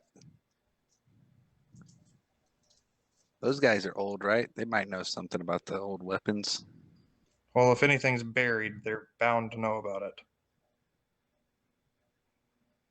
And even if we don't intend to use the weapon and only use it as a show of force, I mean, a deterrent's better than nothing, right? True. However, that then broke the argument. How strong are they? And would we be willing to use it? These planet-destroying weapons, what's their radius? Do we have to Well, launch look it at through it the this air? way. Do we have the technology for that? Are we Look at even it. able to use it safely? We're talking about a planet destroy. What we assume is a planet-destroying weapon. We don't know. None of us were around back during the Ancients' Wars. But if there's anything that So could give us any information on it, the dwarves will know how to find it. What's to say the dwarves didn't just so want it for themselves? let me ask this. The dwarves, they would age the way they would normally age in D&D law. Yes, the races age according to the books. Okay, so how old would the oldest dwarf be? We'd have to Some- talk with the dwarves to find out who their oldest would be. Somewhere in the ballpark of like 500 years. Okay, yeah, And thanks. That's what I mean. so- Just like just an average, like how old can a dwarf get? Because I'm not really familiar. Well, I'm actually about to metagame. Never mind. That was me metagaming. That's No. Top So table. I'm metagaming the world versus how the Oh. dwarf will age. But I'm not going to do that. What yeah. I'm I going to mean, do is I'm going to look at Morgrim and say, and actually I'm going to pull out my big iron. I'm just going to spin it in my hands through the trigger well and say a big gun with no ammo is just a big paperweight. With this planet-destroying weapon, we almost have a mutually assured destruction. So why wouldn't Brandon's tech anyways? We assume, again, that it is a planet-destroying weapon. If we can find the weapon that did what happened to those people at that house, the ones on the outside of it, I mean, the world's still here. So if we can find a weapon that did that, we have a deterrent. Basically, what you're saying is it either works or it's not going to be our problem anymore. Exactly. Speak softly and carry a big fucking stick. I mean, if you want to know what it's like, I have a bottle of it right here. Yeah, you keep that to yourself. Your juju juice. But I want you all to understand, the chief ain't gonna like us just dipping out like that. And if we come back and we are not fruitful, the chances of us surviving are slim to none. We're not even braves yet. They'll But probably if string we us up. succeed, There are far too many what ifs, hopefullys, and perhapses for this plan to work or even be fruitful. NT I'm very agrees against with this. Marty. You see him nod. What we can do is make sure that we have the defenses capable of, at the very least, repelling the attack, if not destroying the invaders. You and I both know we wouldn't have be been able to busy. destroy them. You and I both know we can't win in a fight against them. They have too large of a force and they're gathering more to their cause every single day. I wanted the chief to turn tail and run. Empty the silo, fill it with militants, turn it into just a bloody shit, a bloody floor-to-floor, room-to-room combat. That's You're what it takes. asking for them to take every inch with blood. Do you understand how many warriors we would lose in a fight with them right now? But it would leave the rest of us time to get away. And how many would get away? How far could we get before they caught up to us? They caught us in that canyon quick. They're no stranger to war. They have sound tactics. And they have the bodies to back it up. But a planet-destroying weapon is not the answer to this problem. We assume it's a planet-destroying weapon. We don't know what any of their capabilities are. We don't know the capabilities of ancient tech. Not fully. No, but All we the more could reason find not it. to fuck with it. Wrong. I strongly disagree with that. You would Even poke if a we could rattlesnake find just to see weapons what that would would give You happen. us an are a advantage. child playing with a loaded gun right now. I just You want to see point that out right I've been there? playing with That's the loaded most guns since I was dangerous weapon in 4. the world. I'm gonna go poke it with a stick. I know exactly what you're referencing. I was about to say, talking about playing Zero. with a loaded gun. Once again, we get back to the fact that Rodney's literally walking with a bottle full of nuclear fallout. Like, Okay, first of all, it's not irradiated anymore, and second of all, it sent you across the yard, which was Hey. funny.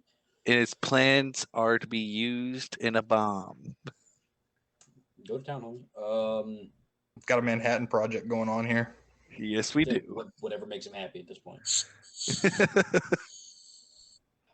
So how long are you guys going to be spending here conversing? Or are you guys done with your conversation? Because I didn't mean to interrupt. I'm still going because, quite All right. frankly, I think at I'm this a- point, Rodney's going to go try to track down said artificers who are familiar with old world tech. I'm actually going to join Rodney because I need to go talk to the artificers and the gunsmiths. Okay. I'm going to look at the other two. I firmly believe we need to gather allies. Even if we were to take out half their force, I don't think we would be able to win in a war against them.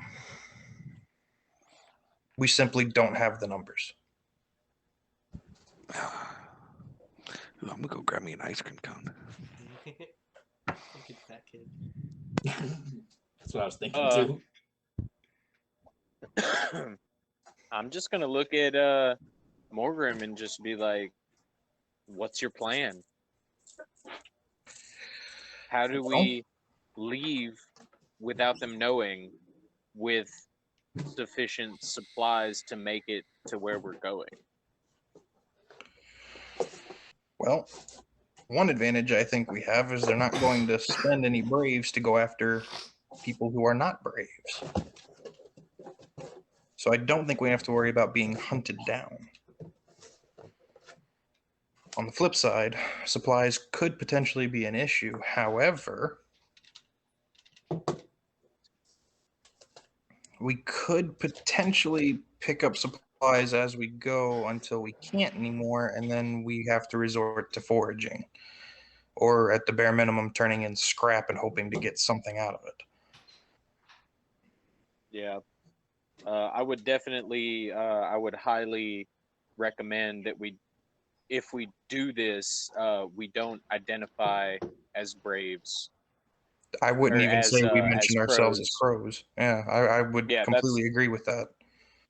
Yeah, We would have to go under the guise of wandering nomads until we reach our objectives, which would be getting every other tribe out there to fight with us.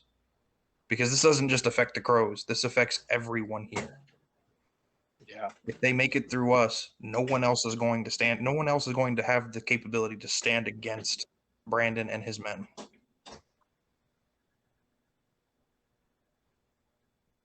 I agree. What time of day is it, Warren? It is nighttime, but NT does pipe up. You guys are making a lot of plans right now. We were just told to stand by and await for further orders. Why don't we just see what the chief is going to do? And then we can make our plan from there. I don't disagree with you. We I have to have- give them the chance to come up and formulate a plan. We can't just Again, take I- it upon ourselves because, I mean, I'm not about to leave my parents to go on a fool's errand. I'm not unless I saying we're have not. to. I'm not saying we're not going to listen to what he has to say. But it's always best to have contingencies. Well, we need to start thinking about the task in front of us. And the task in front of us right now is to fill up these bikes, get some food because I'm fucking starving. I'm also gonna nip a bit out of my mason jar if you guys want to, pass it around a couple times. And I'm going to rest my sore ass from the road. And it's at that point that NT fires up his motorcycle and takes it up to the fuel tank.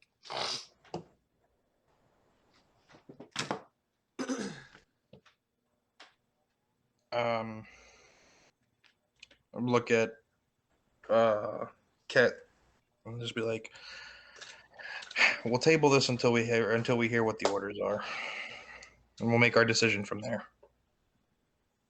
Sounds like a sound plan. And as I get on my bike, I look nobody. at him and I'm be like, I sure as hell ain't dying in an unwinnable fight, though. I'll tell you that. And I just speed off towards the gas tank.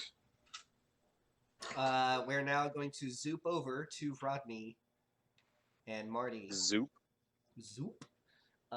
So I'm not gonna have you guys roll an investigation check for this. The artificers are pretty much just the engineers. So, Rodney, you were well acquainted with the engineers. You and MT both. Correct. I'm looking for the old grizzled engineer. It's actually a gnome. Hey yo. Having flashbacks all of a sudden. He is. Oh my god, yes. I totally forgot about that. Oh my god. Okay, anyway. So yeah, he appears to be tinkering with something in his hands. But as you approach, he says, Mr. Rodney, how's it going? And then he just kind of throws whatever he's working on in a toolbox and just kind of he tries to close it. It doesn't quite close, so he opens it back up and tries to spread all of his crap around to close it again. He does this a couple more times. Excuse me, sorry, I'm trying to make this place, motherfucker, a little more palatable. God damn it! Just don't click. All right. What can I do you for? Well, I was wondering what knowledge of the old world tech do you have? And I'm gonna pull out my little soot bottle. You know anything about this?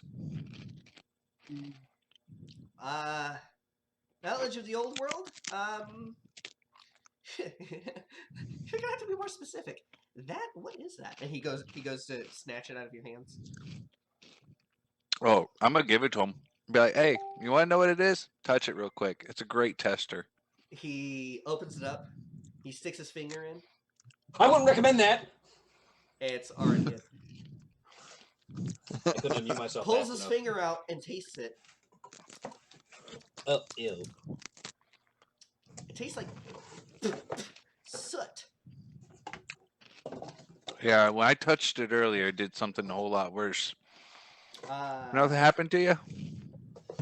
no. Huh. Interesting. Anyways, this was said soot left at the site of a massive explosion.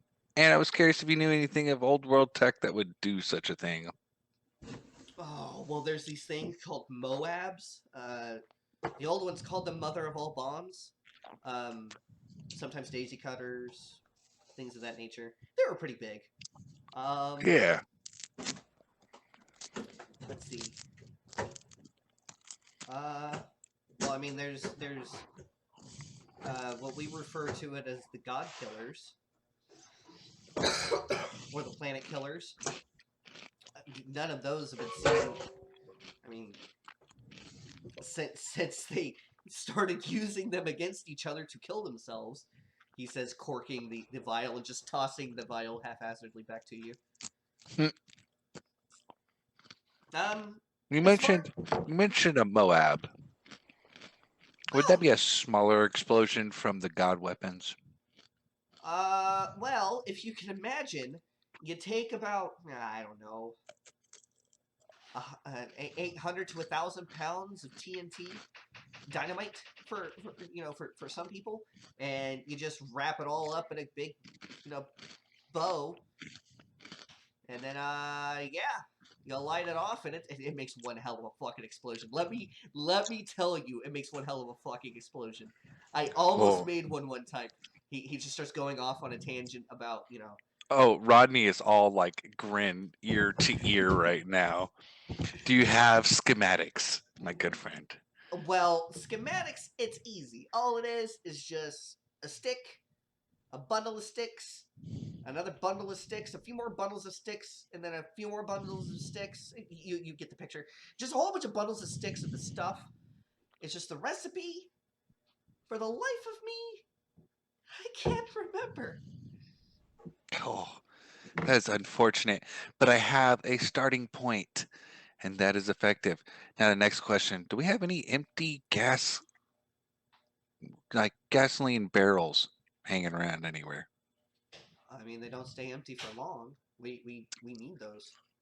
That is true. Do we have one that's defective? Leaky, kind of broken.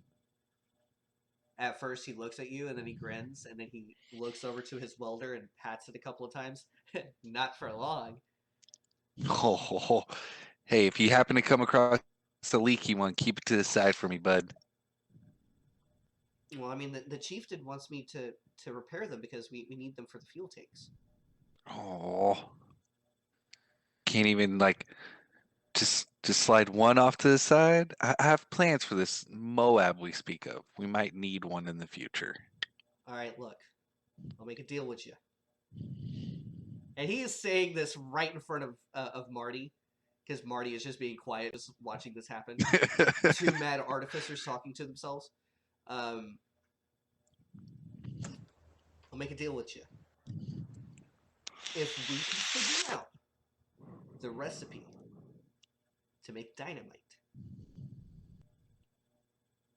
I'll put one off to the side. Bet you got a deal.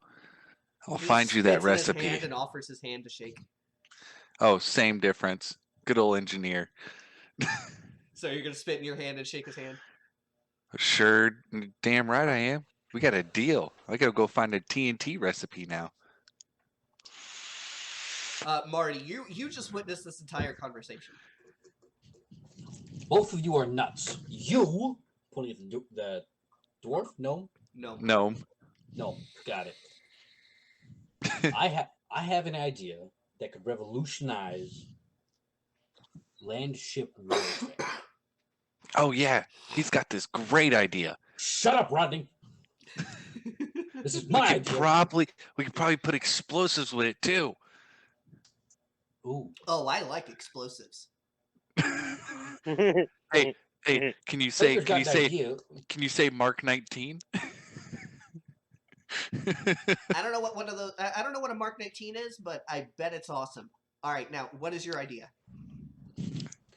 I have drawn up a plan similar to ones. Do you remember the flak cannons from that town that sacrifices people?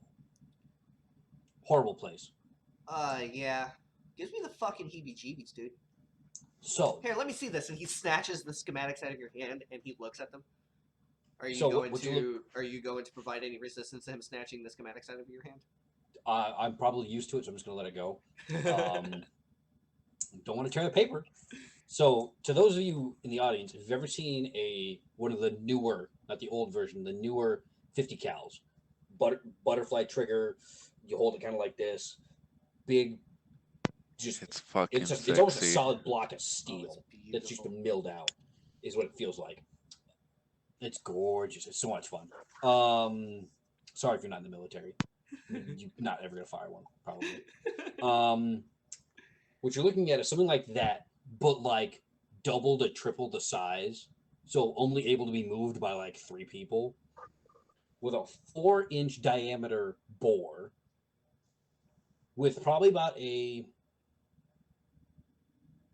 5-foot barrel, if not a little shorter, and a magazine similar to an old Gatling gun magazine, where it comes up as like a tube and then wraps around in a spiral into like a big drum. It fires a 8-inch long shotgun shell with 3/4-inch ball bearings. What I've essentially created is a flak cannon that does not have delayed detonation. I don't know what the range on this would be like, but it'd be fairly close because you're firing 3/4-inch ball bearings. This could potentially shred any form of armored vehicle at close range. At medium range, you are talking about probably an 8-inch cone of devastation on flesh targets. And I'm telling this to the gnome. I'm not telling this to the viewers because I'm not that much of a sadist. And so I'm going along and I'm explaining this to him, and it's got wheels to move it around, and I've drawn out the mag, and I've drawn out like what the pivot distance is of up and down. It can aim farther down than it can up because I don't think anyone's figured out how to fly again yet. Notice I'm being quiet. Anyway, That's when I thought my sister was on. But I'm explaining all this to him. How long would this take to manufacture? I'm thinking 3 per land ship. oh, son of a bitch. These are nice, but I mean, look, all the guns that we have on these things, they were made in sweatshops or scavenged. All right, something of this magnitude. First off, your dimensions they're all fucking wrong. All right, to have that much power behind that kind of round, right, and to fire it in this kind of weapon, you blow it up. But I might be able to. Can I keep this?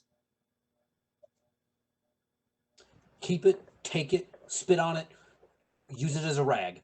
If you can make something similar to this, you have my thanks.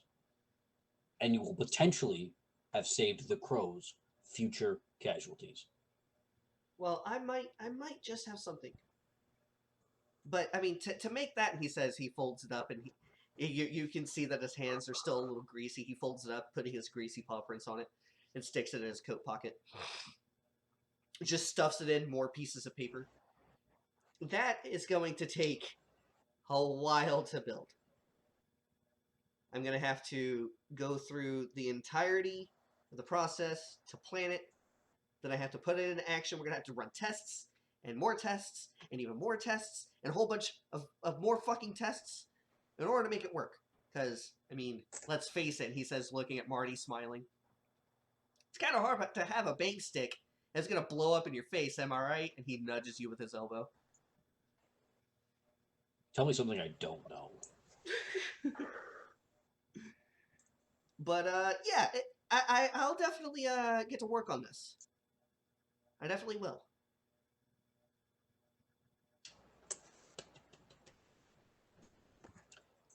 I'm going to take a similar schematic because I'm going to drop another one to my. Well, actually, I'm going to tell him to share that with the gunsmiths and see what they come up with. Oh yeah, sure. They help me with a lot of R&D stuff. Yeah.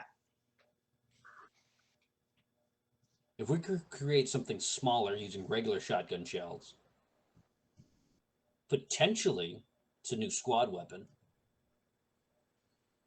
Scale You, it my down. man, are a Scale it down mastermind. like 90%, essentially. I mean, we'll see. But why are you on the front lines? Your brain is way too brilliant to go off and go and fight the big guys. You ought to be an artificer. Why isn't he an artificer? He says going up to Rodney's arm and slapping him, like on the arm, trying No to. clue, man. But hey, I like the field too. It's a great way to put to test those R&D ideas. You know, for smart kids, you And guys are just fucking I'm idiots. gonna pull out one of my bombs and show them. See? He looks at it. Oh, I can make one of those. Hell, I can make 10 of those. You're not special, Rodney. No, And then he these just are tosses, mine and they're special. and then he just tosses it haphazardly, not even looking at you, but he tosses it towards you. Shit. Just juggle it for a second, catch it. Yeah! To fucking gnomes. For that little bit of role play, I will award Rodney, Marty, and Morgrim a piece of candy. Ooh, what piece of candy? Ooh, piece of candy. Ooh, piece of candy. Ooh, piece of candy. You guys now have an Ooh, piece of inspiration candy. die.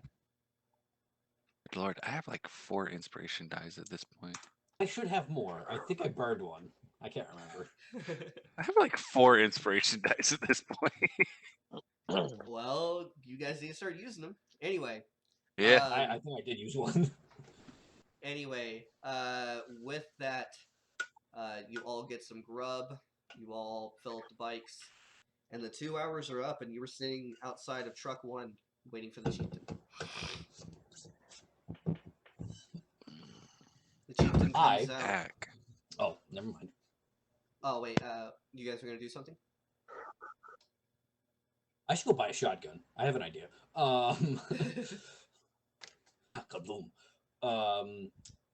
Yeah, I'm just gonna be tossing a throwing knife from hand to hand and just playing with it. Okay. Yes. So the chief walks out, but he's not wearing, his plate carrier and comfortable jeans and whatnot. He's wearing his headdress and his ceremonial armor.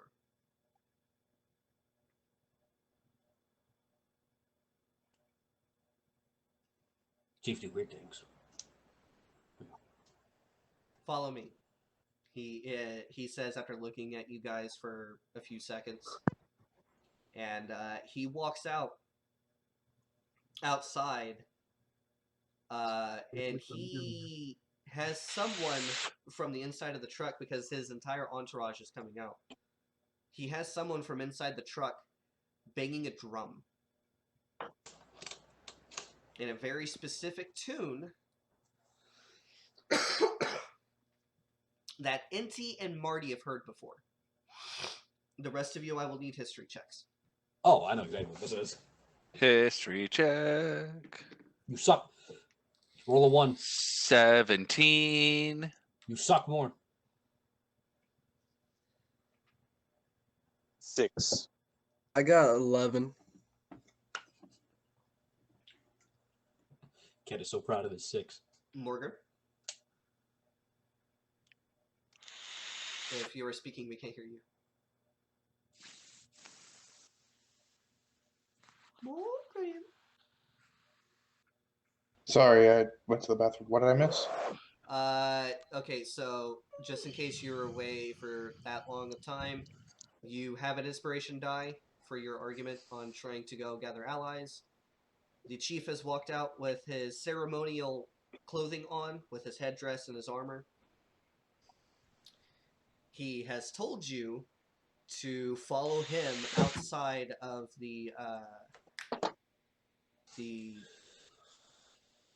camp. His entire entourage inside is dressed sort of similar to him, and one of them is banging a drum. Inti and Marty know exactly what is going on. I need you to make a history check. Okay. Oh, dice. Roll a 1. See, it's gonna be 16. So, Morgrim and Rodney, this drum is typically played. The specific drum and the specific tune is only played when new Braves are added to the Brotherhood. Oh shit. Ket and Cedar, I keep on forgetting Pat's character's name. Ket and Cedar, you guys are relatively oblivious, although Cedar, you have heard this drum before, but it's not played often, so you just can't really place what it's all about. But the entire tribe, you see at the sound of this drum, it takes them a minute to figure out what's going on, and then they begin lighting torches and following you guys outside. And then a fire is lit. And the chief proclaims to the tribe, "Today, we have learned that we have lost a brother. And although I wanted this to happen tomorrow morning, I think it is fitting for Chandler," and he pulls out the jar, "before he is laid to rest, He says, setting down the jar, sees that the men that he has trained for the better part of 2 years finally be recognized for their worth. Inti, step forward. And Inti does.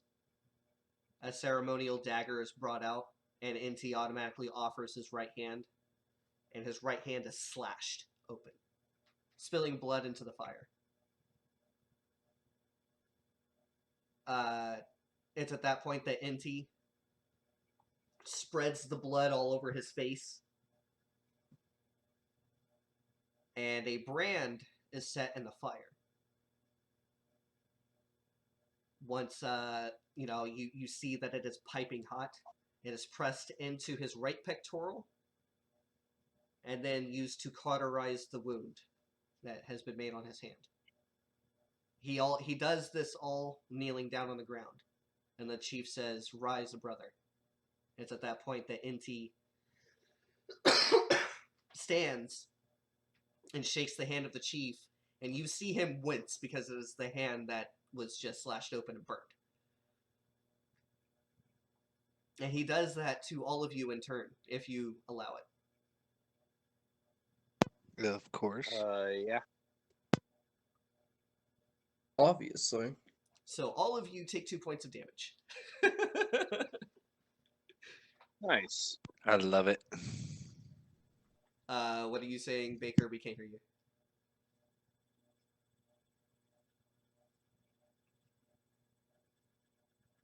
I forgot we had a long rest, so I didn't heal. So I thought I had 15 points of health instead of 25. But yes, you are all now braves. And it's at this point, there's a lot of hoops and hollers and whatnot. And there is a party, and it is all for you. Although the chief does tell you that you are to not necessarily partake.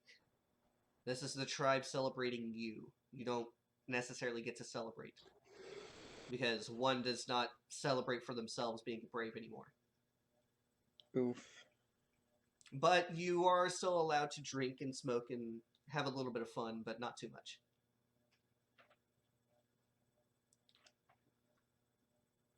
So we can either role play through this, or we can move on to bigger and better things. Bigger and better. Bigger and better things. I'm going to have 2 votes for that. All right, I have 3. That's an Yeah. outnumber. Okay. Bigger and better. So I will say that you guys during the night are allowed to talk to the chief. And the chief says that according to the orders from higher,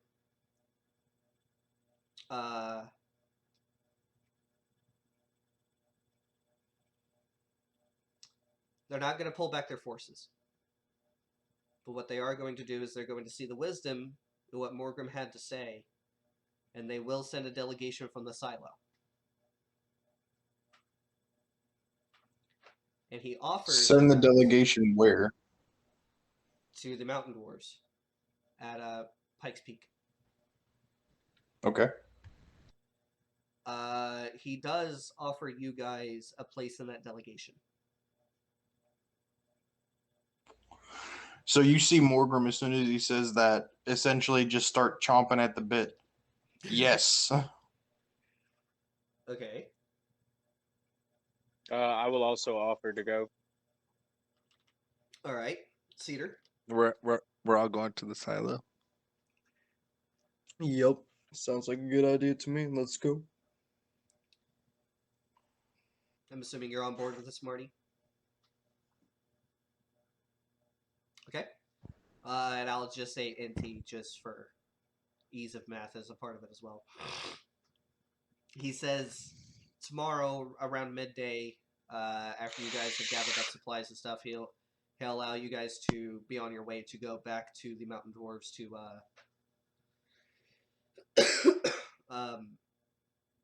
go handle that situation. But it's at that point that you're going to be taking your orders straight from the High Chief. And whoever he puts in charge of the delegation. And then after you're done, of course, you'll go back to the silo, and then meet back up with the tribe where you belong. There was another bit of the plan that Morgrim came up with that I wanted to address, but I can't remember now because I fucking brain dumped it. There was talking to the dwarves, and what else? Getting every other group on our side to deal with this. He reiterates to you guys that if they are within our territory, it's our responsibility according to the Great Pact. We're not going to do that. We won't go against our word.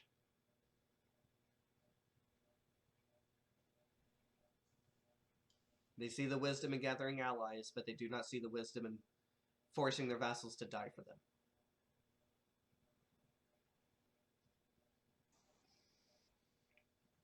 Is that something that Morgrim can accept? He just kind of sighs, and he's like, baby steps. Does anyone else have any grievances or affirmations to the orders given? I'm gonna kick Rodney in the nuts. Why? I don't. Because he's evil. All right, I'm joking a little bit. Can Morgrim excuse himself? You may. I'm going to excuse myself and kind of get away from the group and beseech Zadkiel. Oh, that reminds me of something I need to do.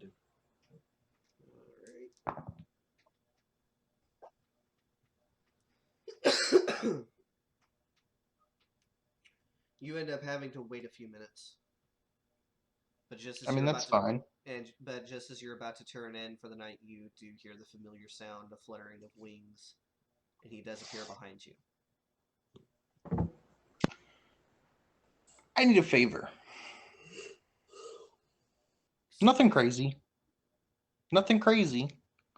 You wouldn't happen to have, I don't know, a book or a scroll or something about dwarven culture, etiquette. I haven't met them before, and I'm going to meet them. I feel like doing something stupid would probably hinder my objectives, so I'd like to know all I can in order not to do that. Just treat them like normal people. Don't make fun of them because they're short. They I offer would a drink. never. If they offer a drink, sip. Don't chug. And yeah, don't break their shit. Seems simple enough. Yeah. They're not weird. I never said they were, but everybody has their own culture. I want to be respectful. He just kind of rolls his eyes. This is honestly what you brought me down for? Well, also, we're looking for, what did Marty call it? Or no, what did the chief call it? He called it a planet-destroying weapon. Absolutely I fucking don't not. think it does that. No. I'm not asking you for that. I'm saying I don't think what we're looking for actually does that. And you are not going to be looking for it any longer. Got it. Like, Got it. That bad, huh? If humanity ever gets a hold of those weapons again, it'll break the agreement. And this time we can't pull your little asses out of the fire.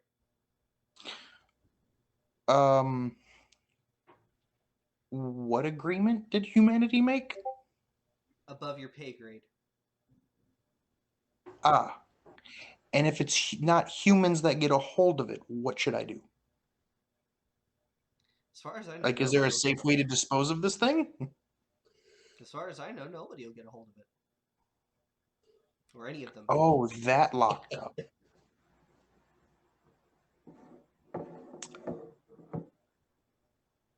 and then a light bulb kind of flickers into his head. Oh my god. What? You don't think that that's what Brendan's after, do you? I doubt he knows what those are.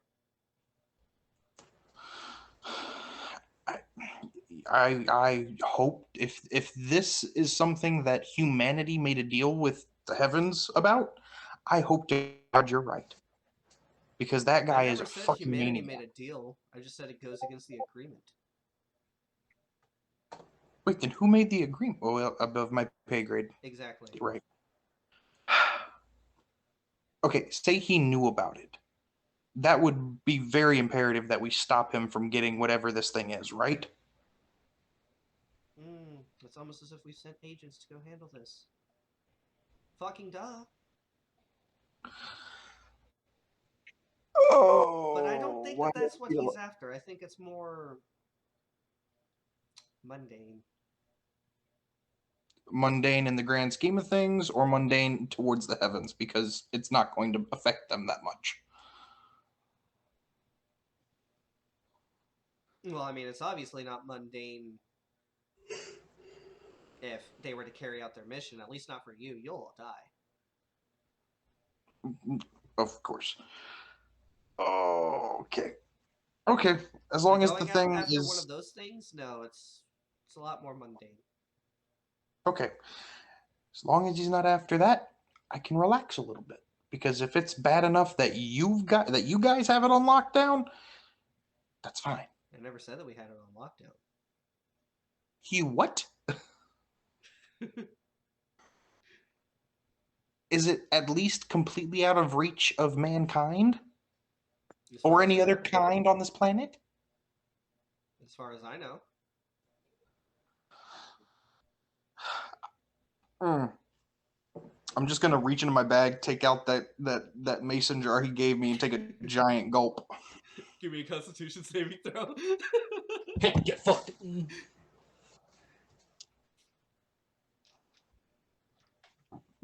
Well, that's a nat 20. I mean, it goes down like water. Well, that didn't have the desired effect. Okay. Do you have any inkling how this meeting with the dwarves is gonna go? Should I be, I don't know, concerned? Should I bring a gift? I don't know. Yes, treat them with respect. Don't make fun of them because they're short. Who does that? But beside the point. Anything else I need to know about these people? No, they're just the normal people of the world. Just don't expect them to kowtow to you all because you're a crow. I would never consider it. I feel like they're very proud, like most other races on this planet are. Yep. All right. Oh, last thing before I apologize for calling you down here. Is Chandler up there? Like, is he good? He has gone to the halls of his fathers. And Well, that's good to know. he is very approving of what happened tonight. Oh, before I leave, congratulations, he says, and he grabs your hand. Your hand still twinges of pain as he does this, but he places in your hand something. Kind of claps you on the shoulder, and then he disappears with a flutter of wings. And in your hand is a small, maybe 3-inch long, solid gold crucifix. Does it hurt to hold this? No. It just There's seems. gonna be vampires.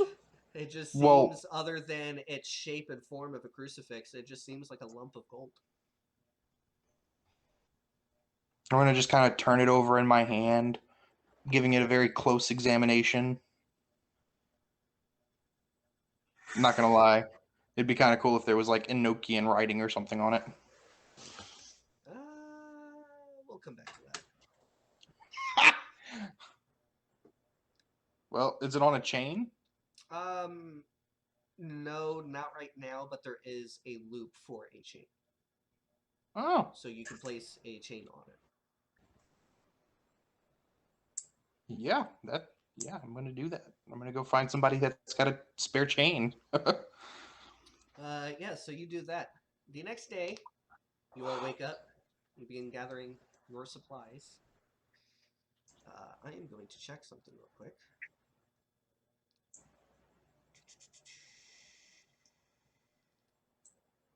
A quick outside the game. How many of us speak Dwarvish? I know I do. I've had dealings with the dwarves before. I think Inti I does as think I well. do. You Hang can check on, your before I player say card. that, let me go check. All right. I think Morgan would be is like almost the only one that has not. I speak didn't deserve- Dwarvish. I believe my character does not. Yeah, I think is we there a recommended different you type of guys. Dwarvish, or is all of it rolled up into the same thing? Yeah. Rocky Mountain Dwarvish. Yeah, so for where we're going, it's gonna be Rocky Mountain Dwarvish, unless you decide to take Appalachian Dwarvish, which is probably gonna come by later in the campaign. Yeah, I just said Dwarvish because I wasn't Uh, sure if there was either Yeah, We're one. almost done, Josh. Okay. I just wanted to make sure. As a matter of fact, I'm thinking that because everyone's starting to get really into it, I'm going to leave you guys off with a cliffhanger. Real I quick. hate you. So You're a That terrible person. works. I hate you. Yeah, because I just messaged Warren. I'm starting to nod off over here, and I don't want to pull a No, it's all Brandon. good. So It's all good. So I legit like that whole conversation. I kicked my legs up and I was like lounging in my chair. Like So to continue on, you guys are beginning to pack supplies into your bikes, and the chief he comes over and congratulates all of you, and he places a hand on each one of your shoulders and tells you how proud he is of you. And then you hear, almost as if it is a fell voice on the wind. I gotta get it real quick. That's not very fail voice on the wind. It's not very heartening. You just hear a very small cry from somewhere. Get some. I hate you so much. You're terrible.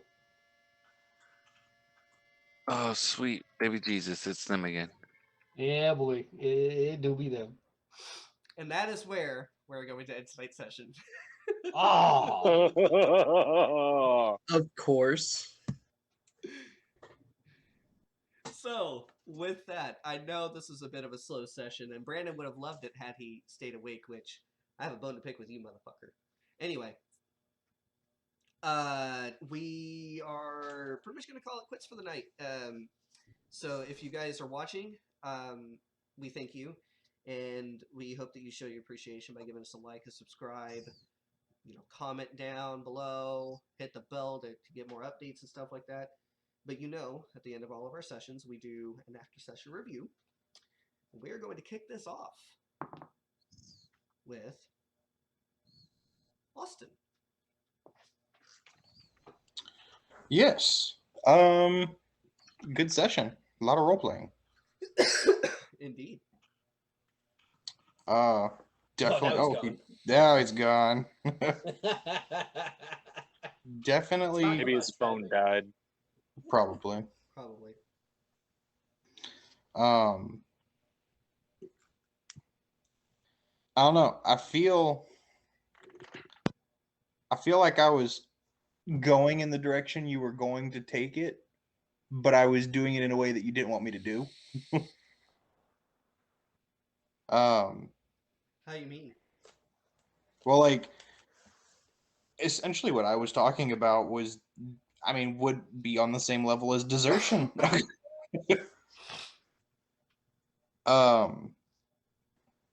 But I mean, I Just think like, fuck yeah, let's do it. Well, I don't think desertion would have panned out too well for you as well. probably wouldn't have, but I think the intent was in the right place.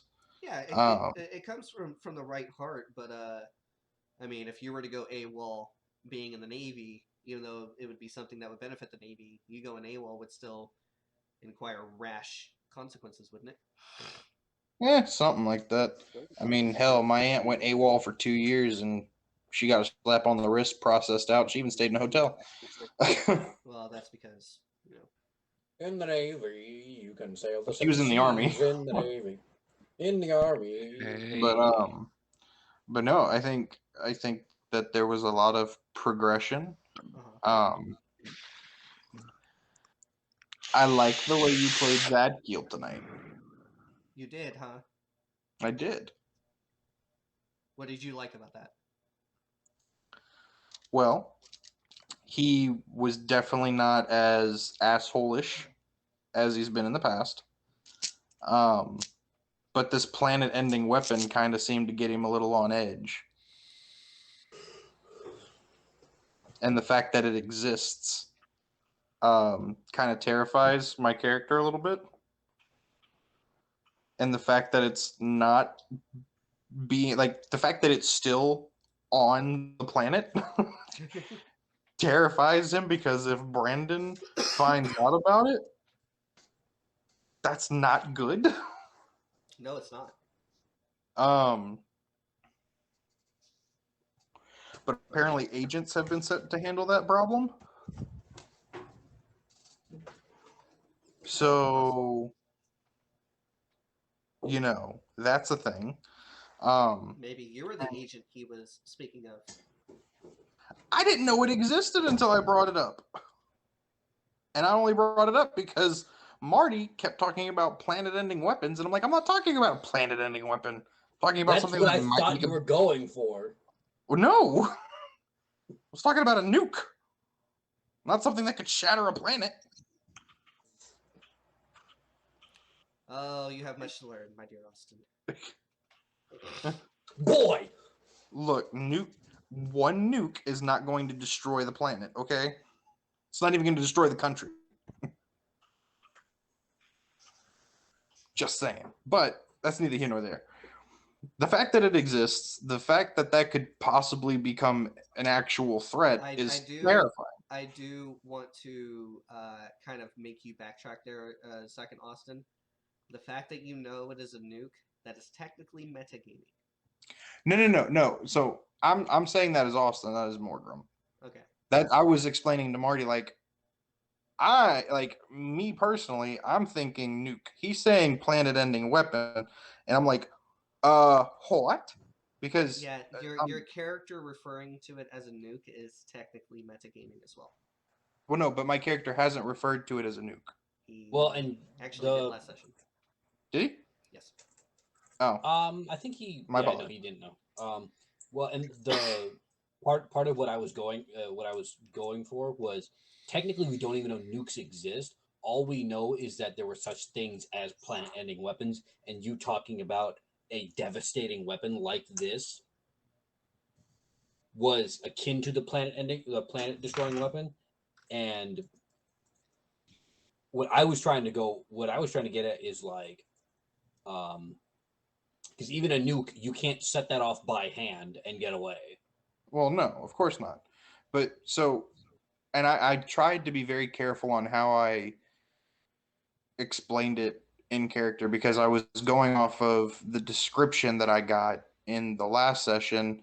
As far as these people were melted, there was a big explosion. Yes. That's the weapon that that Morgrim was thinking could potentially be a deterrent. Not so much that it's a nuke, but because a weapon of that magnitude could be a deterrent. And I think Morgrim would think that it's safe to assume that Brendan would have an idea like, oh, they've got something really, really bad. No.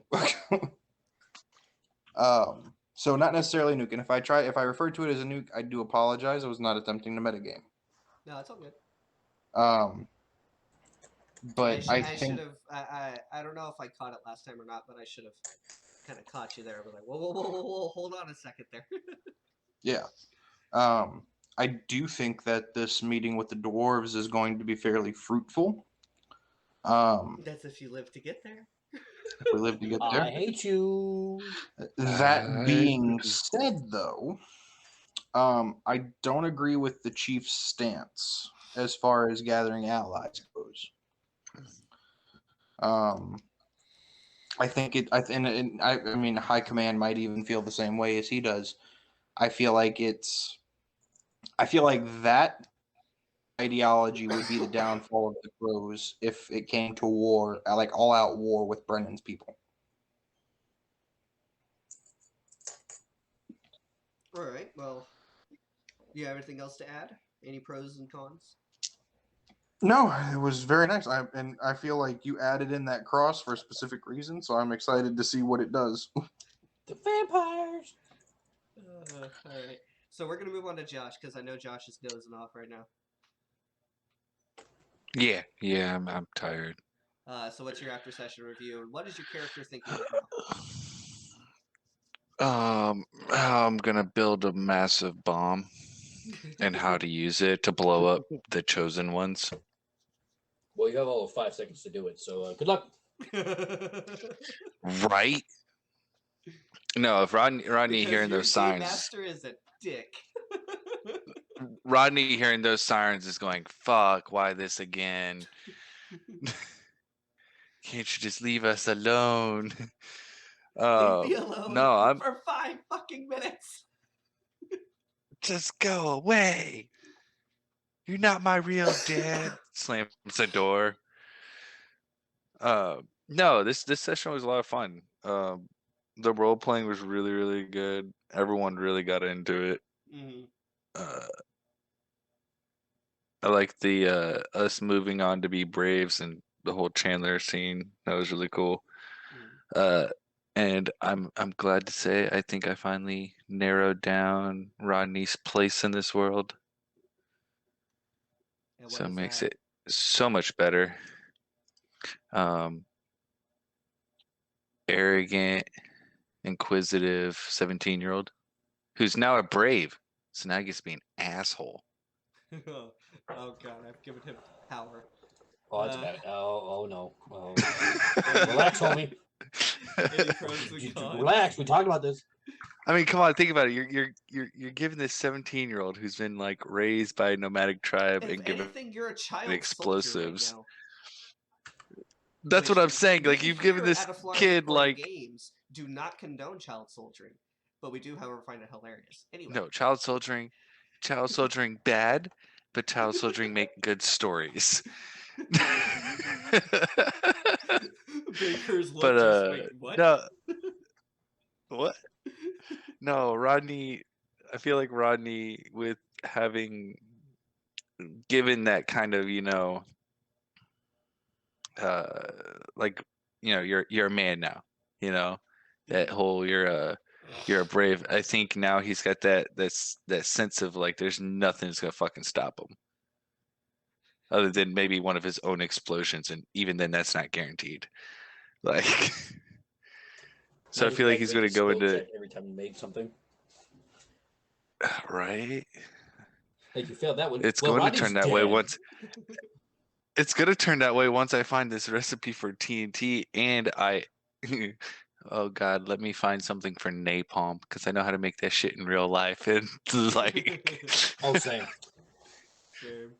just to transfer that over to like this game is gonna make Warren hate his life. So you take 1 part dolphin noise, 1 part chicken noise, and 1 part pig noise. You mix it all together. Yes. and you got burning bodies. Hey, No, what's that it's shadow the up whole there? session about was What's really in a weight. good. banana? No. But as far as cons, I don't have any cons tonight. No, it went really well. And Awesome. even with Brandon, he added some comedic relief Yeah. as we I'm gonna be had having a beautiful conversation with him. ASMR. I'm gonna be having a conversation with him tomorrow. So that is Oh, going to happen. I'm sure. Which, ladies and gentlemen, and like if I haven't apologized profusely enough, again, I apologize. But continue. yeah, and hopefully I will be here next week. So, I hope you will be like too. I said, I will have to discuss that with said friend. She probably won't give a fuck, but I will let Just you keep in guys know. touch, man. But Guest we're gonna move on appearance. Yep. to Mike. Yeah. Yes. No, I had fun. I think it was great. I love the role playing. I was happy to be able to kind of, do my part in the conversation and everything. I know a lot of times role play, I just kind of step back. So I was happy to really Hold on a second. part Your of the time role phone's playing. It kind was of happy active, back, relatively be in the role playing. your phone's kind of doing the hanky panky there. Please don't shit out internet. Can you Just give hear it a me couple minutes. now? Yes, we can hear Well, me too. So it's him. No offense. Okay.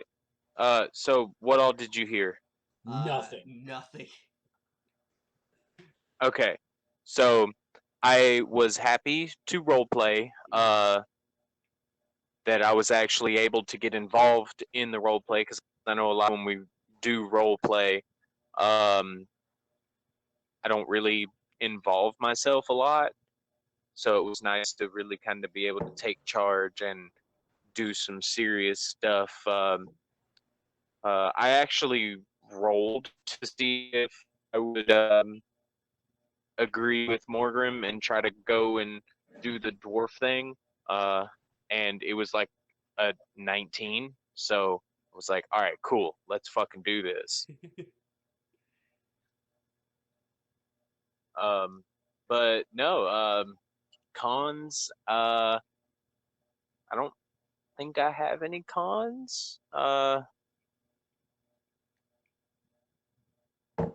What is I'm glad that what is Ket thinking right now? Ket is ecstatic that he is a brave now. Uh, that was, how long has Ket been a crow? I'll say 5 seconds. I'll say like maybe 3 years, 3-4 years. I thought you meant brave. Sorry. Okay, yeah. So I'm feeling a lot of fulfillment.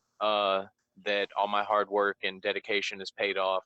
Uh, and I'm excited to see where we go from here. I'm excited to meet the elves uh, again, shall we say?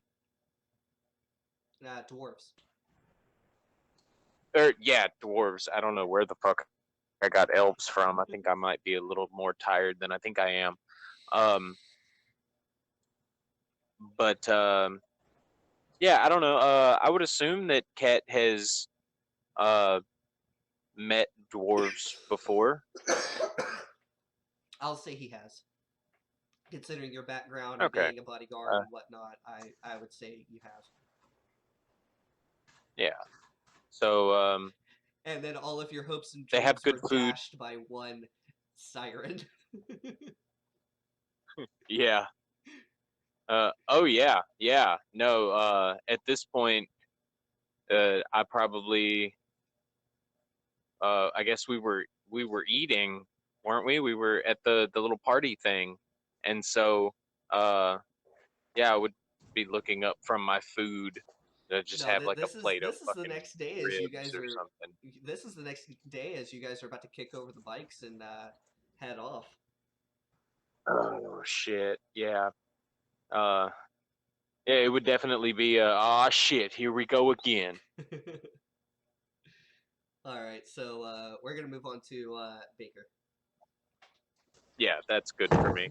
I like where this is going. I have concerns, but we can't bad game, even being co-DM. Uh, or GM, I should say, because I'm not the dungeon master and game master.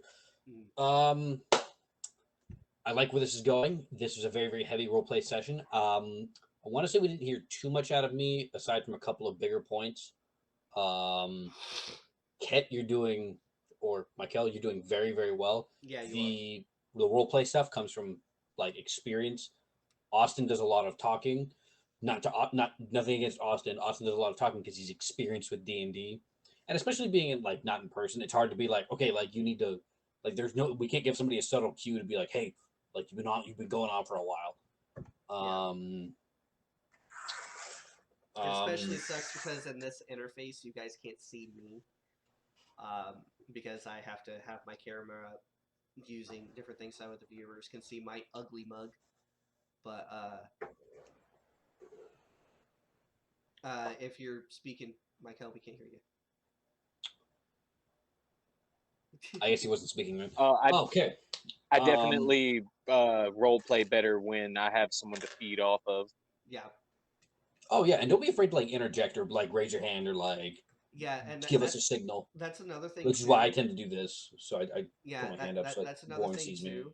me. Is sometimes, especially if people don't have their cameras on, or I'm just not looking at the cameras because I'm looking at other stuff. Don't make it too much of a habit, but if while someone is saying something, be like, "Hey, hold on a second, I want to say something real quick." Go ahead and do that, so that way I can control who speaks. That helps me know. Okay, so this person's trying to speak.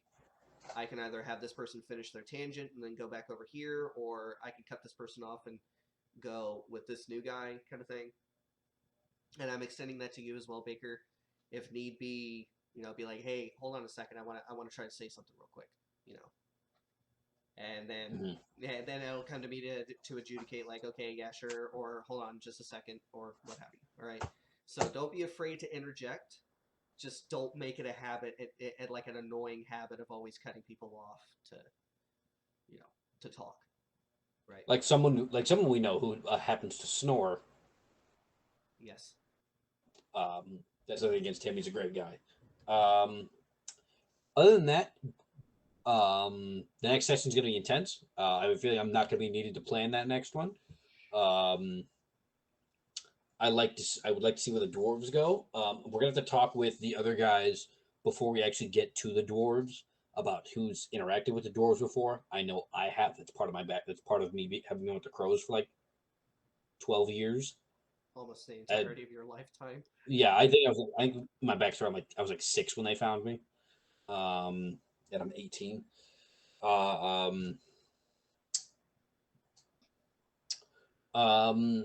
Cons, I really don't have one, other than potentially just letting people run for a little bit too long. But there was also really good points that came out of that. I'm super interested to see the story goes. Other than that, pros, you did a great job with the story. It was great. So Thank you, appreciate it. All right. Other than that, as far as I'm concerned, you guys did wonderfully. There was a couple of times where I did kind of slow down a little bit, but then you guys picked it up to a point where I was just sitting here, not saying shit and just letting you guys argue, because you guys were also in a safe spot to argue, and you guys you weren't arguing in a vindictive against the other person type of way. It was legitimate role play arguing, and I fucking love it. I can't get enough of it, man. So that part was awesome, hence why I passed out my cookies. Which I haven't done that for a couple of sessions. God damn it, man. It wasn't an argument, it was a productive debate. Yes, exactly. 100%. And it was fucking wonderful. So as far as that goes, I love it. Keep on doing stuff like that, because I know Austin, once he has a plan in his wee little head, he will not stop. And a dog on a bone. It produces interesting results 10 times out of 10. I know. So in rewinding it back to the haunted house, that was around the part where it got slow, but I think that was because we haven't been at the table for a couple of weeks, and that's absolutely fine. We were just getting back into it. A lot of good role play happened there as well. Let's see. I'm trying to think of cons. A little bit of metagaming, which, I mean, it's it's kind of hard to sift between what your character knows and what we know in real life because this is a future that we could really see happening. With some of the technology that we have nowadays being in this, so I get that. And I think I caught all of the metagaming here in this session, but we do need to keep an eye on that. And if you guys are, fuck me, man. If you guys are, having questions on, oh, hey, do I know this or can I know this or what have you, just bring that to my attention and I'll make a call. But we can't bring any of that stuff into the story without a call being made. But other than that, no, you guys blew it out of the park. Especially whenever you guys were finally able to get to Kansas City, because I know you guys have been, for the past 2 sessions, have been chomping at the bit to get back there. And then I forced you guys, well, not necessarily forced, but then I threw you guys in a haunted house and had you guys fight for your lives. But y'all have been chomping at the bit trying to get to this point, and now you're here. Now you have gotten what you have been trying so hard to get. You were finally a brave, and now they are upon you. So I'm interested to see what you guys do. But other than that, So are we. Yeah. Other than that, I don't really have anything else. Do you guys have any parting words for our audience? Excuse me. Take care of yourselves. Be it going to the gym, keeping your room clean. Yes. Everybody's let Drink a little plenty bit of of water. things, drink plenty of water during coronavirus. We let a lot of things slip. So get back at it. Get back at the grind. Read a book. Go back to school. Get a better job. Go for a pay raise. Get a Preferably promotion. read these books, the Dungeons and Dragons books. Play Dungeons and Dragons all the time. Never stop. Oh yes. Or Tarkov. Highly recommend Shut up Tarkov. with your Tarkov bullshit. Anyway. No, you. With that, ladies and gentlemen, we are going to go ahead and sign off, and we thank you guys so much for watching. Again, please like, subscribe, hit the bell icon for notifications, drop a comment, talk smack to us. We'll talk smack back. We're very good at that. And once I am in a better place with stable internet, we will be going back to live streaming. I have just moved back down to Alabama, so we might be doing recordings for the foreseeable future. But yeah, things are a little hectic right now, so bear with us, and they will get better. But other than that, we wish you all, a good day, and we will see you again next time on Broken Earth.